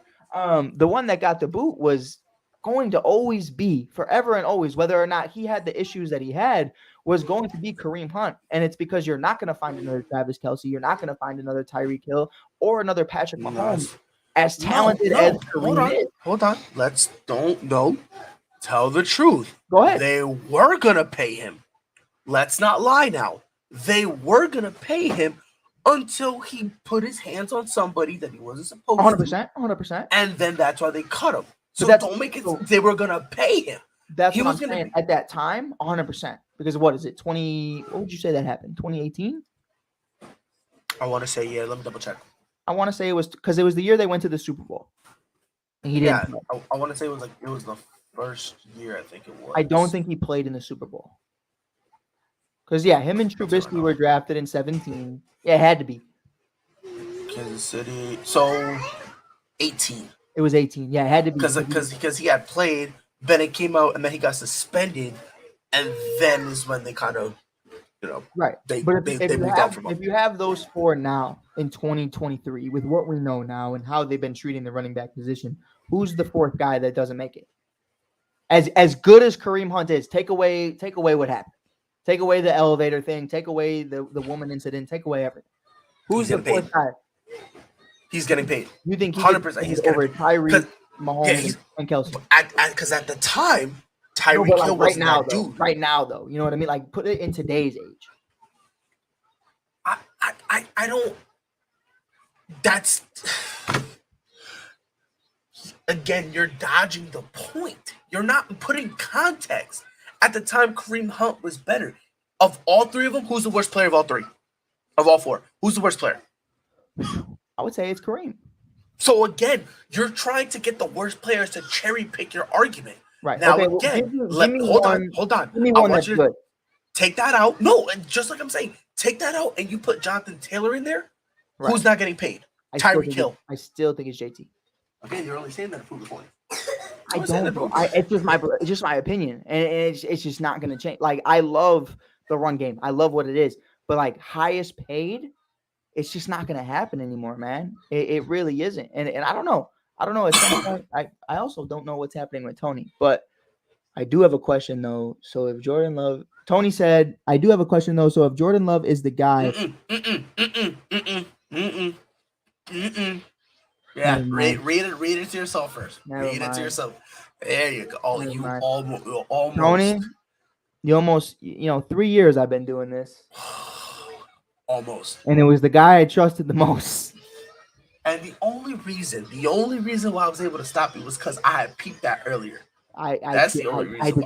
I did not. I was reading that at Go. It was very long and written, and I was like, oh, maybe he actually has input. Maybe it's something. I don't know. Wow, Tony, are you coming back, bro? Oh man, but no, I love that argument. I love that we can have those conversations because it's like, of course, it's definitely something. I know there's motherfuckers out here that are gonna call me in Pride later and see if we were arguing, but it's not. It's just it is what it is.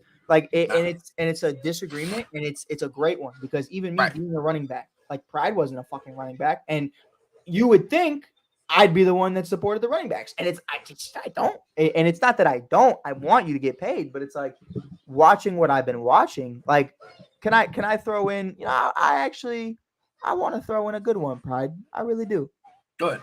I'm gonna spit some Mike Hughes poverty franchise at you since you're a New England Patriots fan and you've had amazing players throughout the years.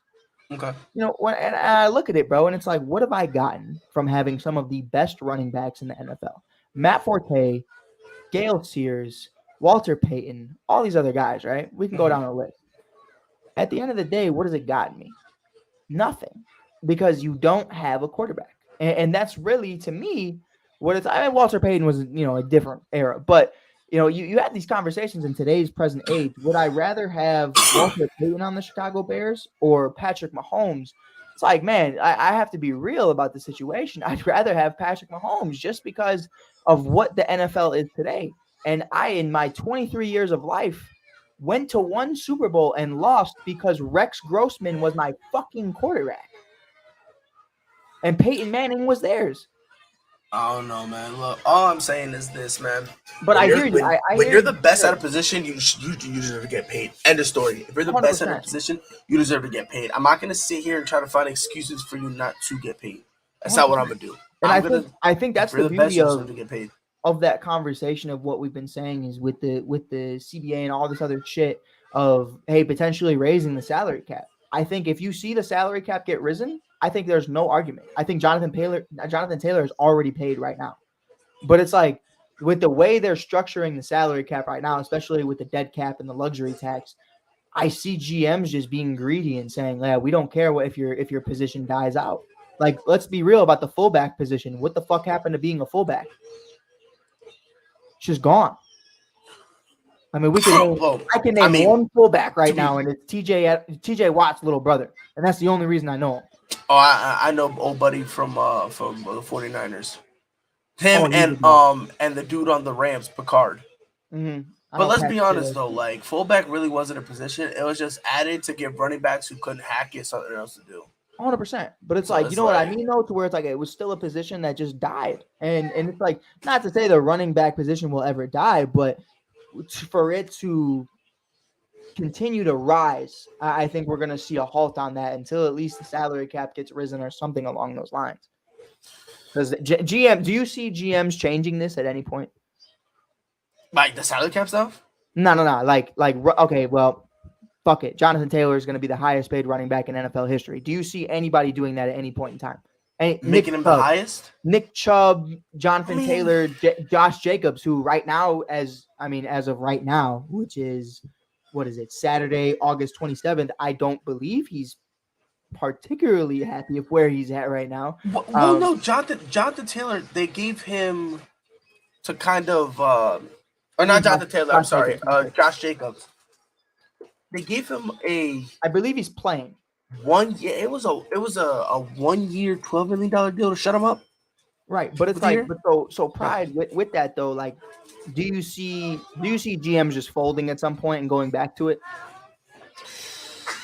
Like paying the running backs? Yeah, I'm talking, and not even just paying them. I'm talking like NFL record-breaking contracts, like we're seeing with wide receivers, like we're seeing with pass rushers, like we're seeing with quarterbacks.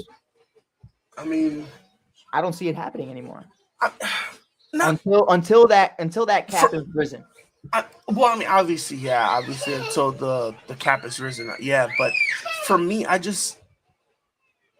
think when you have disrespected a position in terms of paying them when they want the money, when you've done it for as long as it's been to the running back position, they're gonna continue to do it even post the CBA. Yeah, for sure. You know what I mean? So I think they're gonna find a way. You know what I mean? Like, yeah, they're gonna they're find just a way. Start paying tight ends, or they're gonna pay lines exactly. or something else. You know Right, what I mean? exactly, right. They'll make crazy money. Right, you know. So it's kind of a situation where, like, I feel bad because, like I said, like if you're good at your job, you should be paid. End of story. I'm not gonna look for an excuse not to pay you. Right now, obviously, as a business, you're gonna want to, go sit down at the table and say, yo, let's negotiate. But I'm not going to sit here and go, all right, kid, boom, here's what I'm going to do for you. I'll give you 4 years, $20 million, shut up and take it. No, I'm going to look at you and be like, all right, look, what do you want? Okay, so you want 4 years, $60 million. All right, look, we can't do that, right? But how about we do something like this? We'll give you this guaranteed base, and then the rest can be incentive based, right? Where most of the money is guaranteed, right? So we'll give you that 4 years, 60, right? And we'll pay you, guaranteed 50, right? Let's do 50, maybe 55 guaranteed. The rest can be incentive based. That way you're still getting your money. And on top of that, we still have some assurance just in case. So that way, if we do pay you this entire contract, hey, we're getting our money's worth. Right. If it was something like that, we have a different conversation. Right. But again, you got guys like Saquon trying to I think Saquon got like a year and 10 million, a year for 10, just to kind of put it on the back burner, stuff like that. Josh Jacobs got 1 year for 12. It's like, well, you can pay them that for a year, multiply that by 4, or multiply that by 3. Right. It's like, what are you doing? No, 100%. But, I don't know football, though. Hey, I ain't. Me neither, apparently. Yeah, we don't know football. We don't know what we talk about. We just babbling, right, Mike? We just 100%. But that's why I feel like when we got into it like that, it's like, like you're coming from such a good place, right? And I'm coming from what it is. Like, this is like, I don't know. You look at it and you're like, yeah, my boss would never co-sign this. Like, the owners won't co-sign this. The front office won't co-sign it. It's just unfortunate because you understand at the end of the day, like, I'm not going to sit up here and say that a rookie is going to be better than a current Alvin Kamara, Derrick Henry, Nick Chubb, Josh Jacobs, guys like that. But when you have guys in the draft like a Jonathan Taylor, like these guys who we've recently seen come out, Bijan Robinson, all these other names, I mean, look at what the Detroit look what the Detroit Lions just did. They get rid of DeAndre Swift, trade or sign David Montgomery, Pride, get rid of Jamal Williams, who just had 17 touchdowns and 1,100 yards. And they bring in Jahmyr Gibbs, who is supposed to be the next Jesus Christ. And it's like they did it for no reason. Like, they didn't have to. They just did it just because. And it's like, it's so crazy to me because we're seeing these running backs come out of nowhere, and you're seeing them come out of the second, the third, the fourth, and it's like, man, bro, it's just like you start to hear that, and you take away the football fans in us, and you just look at it from a business side, and it's like, hey, he's kind of making sense. You know what I mean? And to your point though, like if you're good at your job, you should get paid. But for a GM to be good at his, you got to make a cut somewhere. And if you start seeing every other GM making a cut and not paying running backs to be able to get another wide receiver in the room, or to get another pass rusher, or to get another lockdown corner, like, damn, bro, should I just draft a running back in the 4th round? So then do the same thing for wide receivers, because you could always find another wide receiver. 100%. But So the I'm like, so do the generational same thing ones, with them. the generational ones aren't going to be found. Like, those guys just aren't there. You know what I mean? And that's coming from a fucking Bears fan. I mean, come on. I don't know about all that. I don't know about all that because freaking no one said nothing generation about Amon-Ra St. Brown. Now everyone's drooling over him. No, so I don't want to hear none of that. There's definitely those guys. There's definitely those guys. Nobody thought Justin Jefferson will pop off how he did immediately. Everyone said that he'll pop off in a few years, and it's not as fast as he did. Not immediately in his rookie year. People said he would pop off in like 3-4 years, and he'll find his footing. He immediately popped off. I felt like he would. I don't know. I watched a lot of LSU with him and Burrow, and you know how I feel about Burrow. But you know, I always felt like JJ was going to be all right. But it's just unfortunate to where he is. But he's fucking me over every single day. But it's definitely something where I think we're not going to see that change anytime soon. And with the guys like Travis Kelce in the world, to your point, we talked about it earlier. Kansas City does not have a legit wide receiver room this season. And you're like, but they still have Travis Kelce, and he's a part of that receiver room. And that's so crazy because back in the day, you know what tight ends really were? It was just guys who blocked and guys who every now and again, you know, you get a good route out of them. But, man, bro, you get a post route, something like that, give and go, whatever. But it's just evolving. Their positions evolving. Quarterbacks are evolving. These running backs just kind of staying the same, but we're seeing them evolve at the same time, but it's just not being valued as high. It's just not being appreciated as much. And it's fucked up and it's wild, but it's like, I don't know what to do about it. Other than to me it's the CBA. To me, is the only way running backs start to get paid is if you raise the salary cap. The luxury tax needs to get the fuck out. You should just be able to have whoever you want on your roster, and that's truly how I feel about it. But I don't know, man. I don't see this changing anytime soon. Also, Tony did want to apologize to everybody listening. He has broke-ass internet. His internet, Pride, stay with me. His internet is down bad right now. His internet's in New Zealand right now. Oh, man. I mean, yeah, you know, that New Zealand internet just really down bad right now. But with that being said, Pride, do we have anything else we're going to talk about tonight? No, I think that's it, bro. Who's watching Bluey? Oh, that's my kids. I love Bluey. Bluey's a banger. I don't care what anybody says. You know, if you don't like Bluey, we can girls. We can box. You said what? You know, both of them are girls. Bro, I thought so. I knew Bluey Bingo was a girl. I thought Bluey was the boy because I was like, it kind of makes sense because the little one, Bingo, looks like Chili, the mom. So I was like, okay, Bluey looks like Bandit, the dad. Okay, so I thought that's a nice dynamic. Whatever. And it's crazy because like, my wife goes, "Oh, you know, Bluey's a girl, right?" I'm like, "No, really?" I was like, "I thought it was a boy." It's like, "No, it's a girl." And it's crazy because we had Bluey on the background, and I look, and all of a sudden, it's a scene where Bandit and Chili are talking about the kids, and then it was something about how they walk weird, and then it was basically like, "Oh, why does she walk? Why is Bingo? Why is Bluey walk like that? Because she's weird or something like that." And I was like, "Huh." Why'd they do her like that though? Why'd they at her like that? Yeah, I'm like, nah, I'm out here screaming, free Bluey. No, but it's kind of funny because like when my son's really into it and he's looking at it, he'll kind of dance along with them, and then when the music stops, he'll stop, and then he'll say words on screen, but it's like mom, dad. Yeah. He'll do that. He really gets into it, and there's an episode where it ends with them like in the street, and there's like a street guy kind of playing some like street instruments or whatever. And it's like the family just dancing in front of everyone. and like my son loves that scene, so he'll just start like randomly dancing, and I'm like, "Hey, yo, buddy, they don't see you." But I ain't going. I let him live his life. No, most definitely, man. Most definitely. Pride. I'm gonna do some final thoughts, by the way, tomorrow before we get out of here and give our final thoughts that everybody so desperately cares about. We definitely have an afternoon show tomorrow, as of right now. But yeah, so you can check that out at 12 p.m. Central Time. Afternoon Blitz will be on. Gonzo Sports Room is usually around 2 p.m. Central Time. You can always check that out on the All Sports All Plays Network. We appreciate you guys for tuning in. Appreciate you guys for always being here. If you haven't already, hit that follow button on all social media platforms. Talking about some Facebook, some Instagram, some Apple TV, some Roku TV, some YouTube. Most importantly, Pride. Before we get out of here, baby. What you got? Just want to let her know, after 3 preseason games, CJ Stroud finally got named the starting quarterback. What a time to be alive. It took 3 games for them to name him that. It is by far the most uninteresting quarterback battle ever.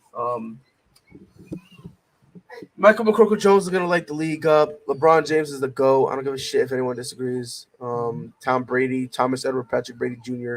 is better at football than you, and you know it. He'll be back by week 8. No, I'm just kidding. I saw him in that Raiders tunnel last night. He didn't look very football. I mean, yeah, but at the same time, I also feel like he'll say bump it week 4, sell his stock. Like, he'll sell his share and then join the 49ers. So it's kind of like, Tom is, doing Tom things. So, that's why I'm kind of stuck between 4 and 8. Because if it's 8, he'll probably do it for his own team. But if it's like 4, like week 4, he's selling everything. He's like, bump this stuff. He'll sell another one, win another ring, and say, "Hey, Giselle, shut the fuck up." And he'll say that while he's casting that alimony check that bitch gotta kill him. Yeah, fuck her. She makes more money than him, and that's okay. Oh yeah, no, what? Shoot, Tom is rich and getting richer by her. Come on, bro. Tom finesse the system. Free Tom. You love to see it. But you'll love to see it. With that, PJ Walker just got cut by the Chicago Bears in replace of an undrafted quarterback who did not throw a single touchdown this preseason. So you'll love to see it. Tyson Bagent, welcome to the Chicago Bears. Absolute dog. Very accurate. I will give him that, Pride. Very accurate. Yep. Just didn't throw a single touchdown, and I think it's kind of premature, but I'm excited to see it. I know what PJ's ceiling is. I don't know what this kid's is. So I could see the risk and reward. I definitely understand it. You have Nathan Peterman also there. Justin Fields is in good hands. I'm excited to see what the Chicago Bears are going to do. But with that being said, we're out of here. This has been Mike Hughes and our amazing Pride of Prideful Thoughts. Prideful takes, prideful thoughts. There it is. We're gonna have a lot of different takes. Prideful takes. I'm all over the place. We're 2 hours in. You don't care. No one's here anymore. I'll talk to you guys later. Tony, I'm down bad, baby. Whole sports all plays. Whole sports all plays. Whole sports all plays. 365, we making a plays. You talking the game, get you through the days. We're high in the court, the dime in the lane. Variety topics, living the same. All presentation, sports information. Hitting the airways, taking the nation. All sport, all plays, like working your faces. Grace at the field, so tie the laces. All sports, all plays.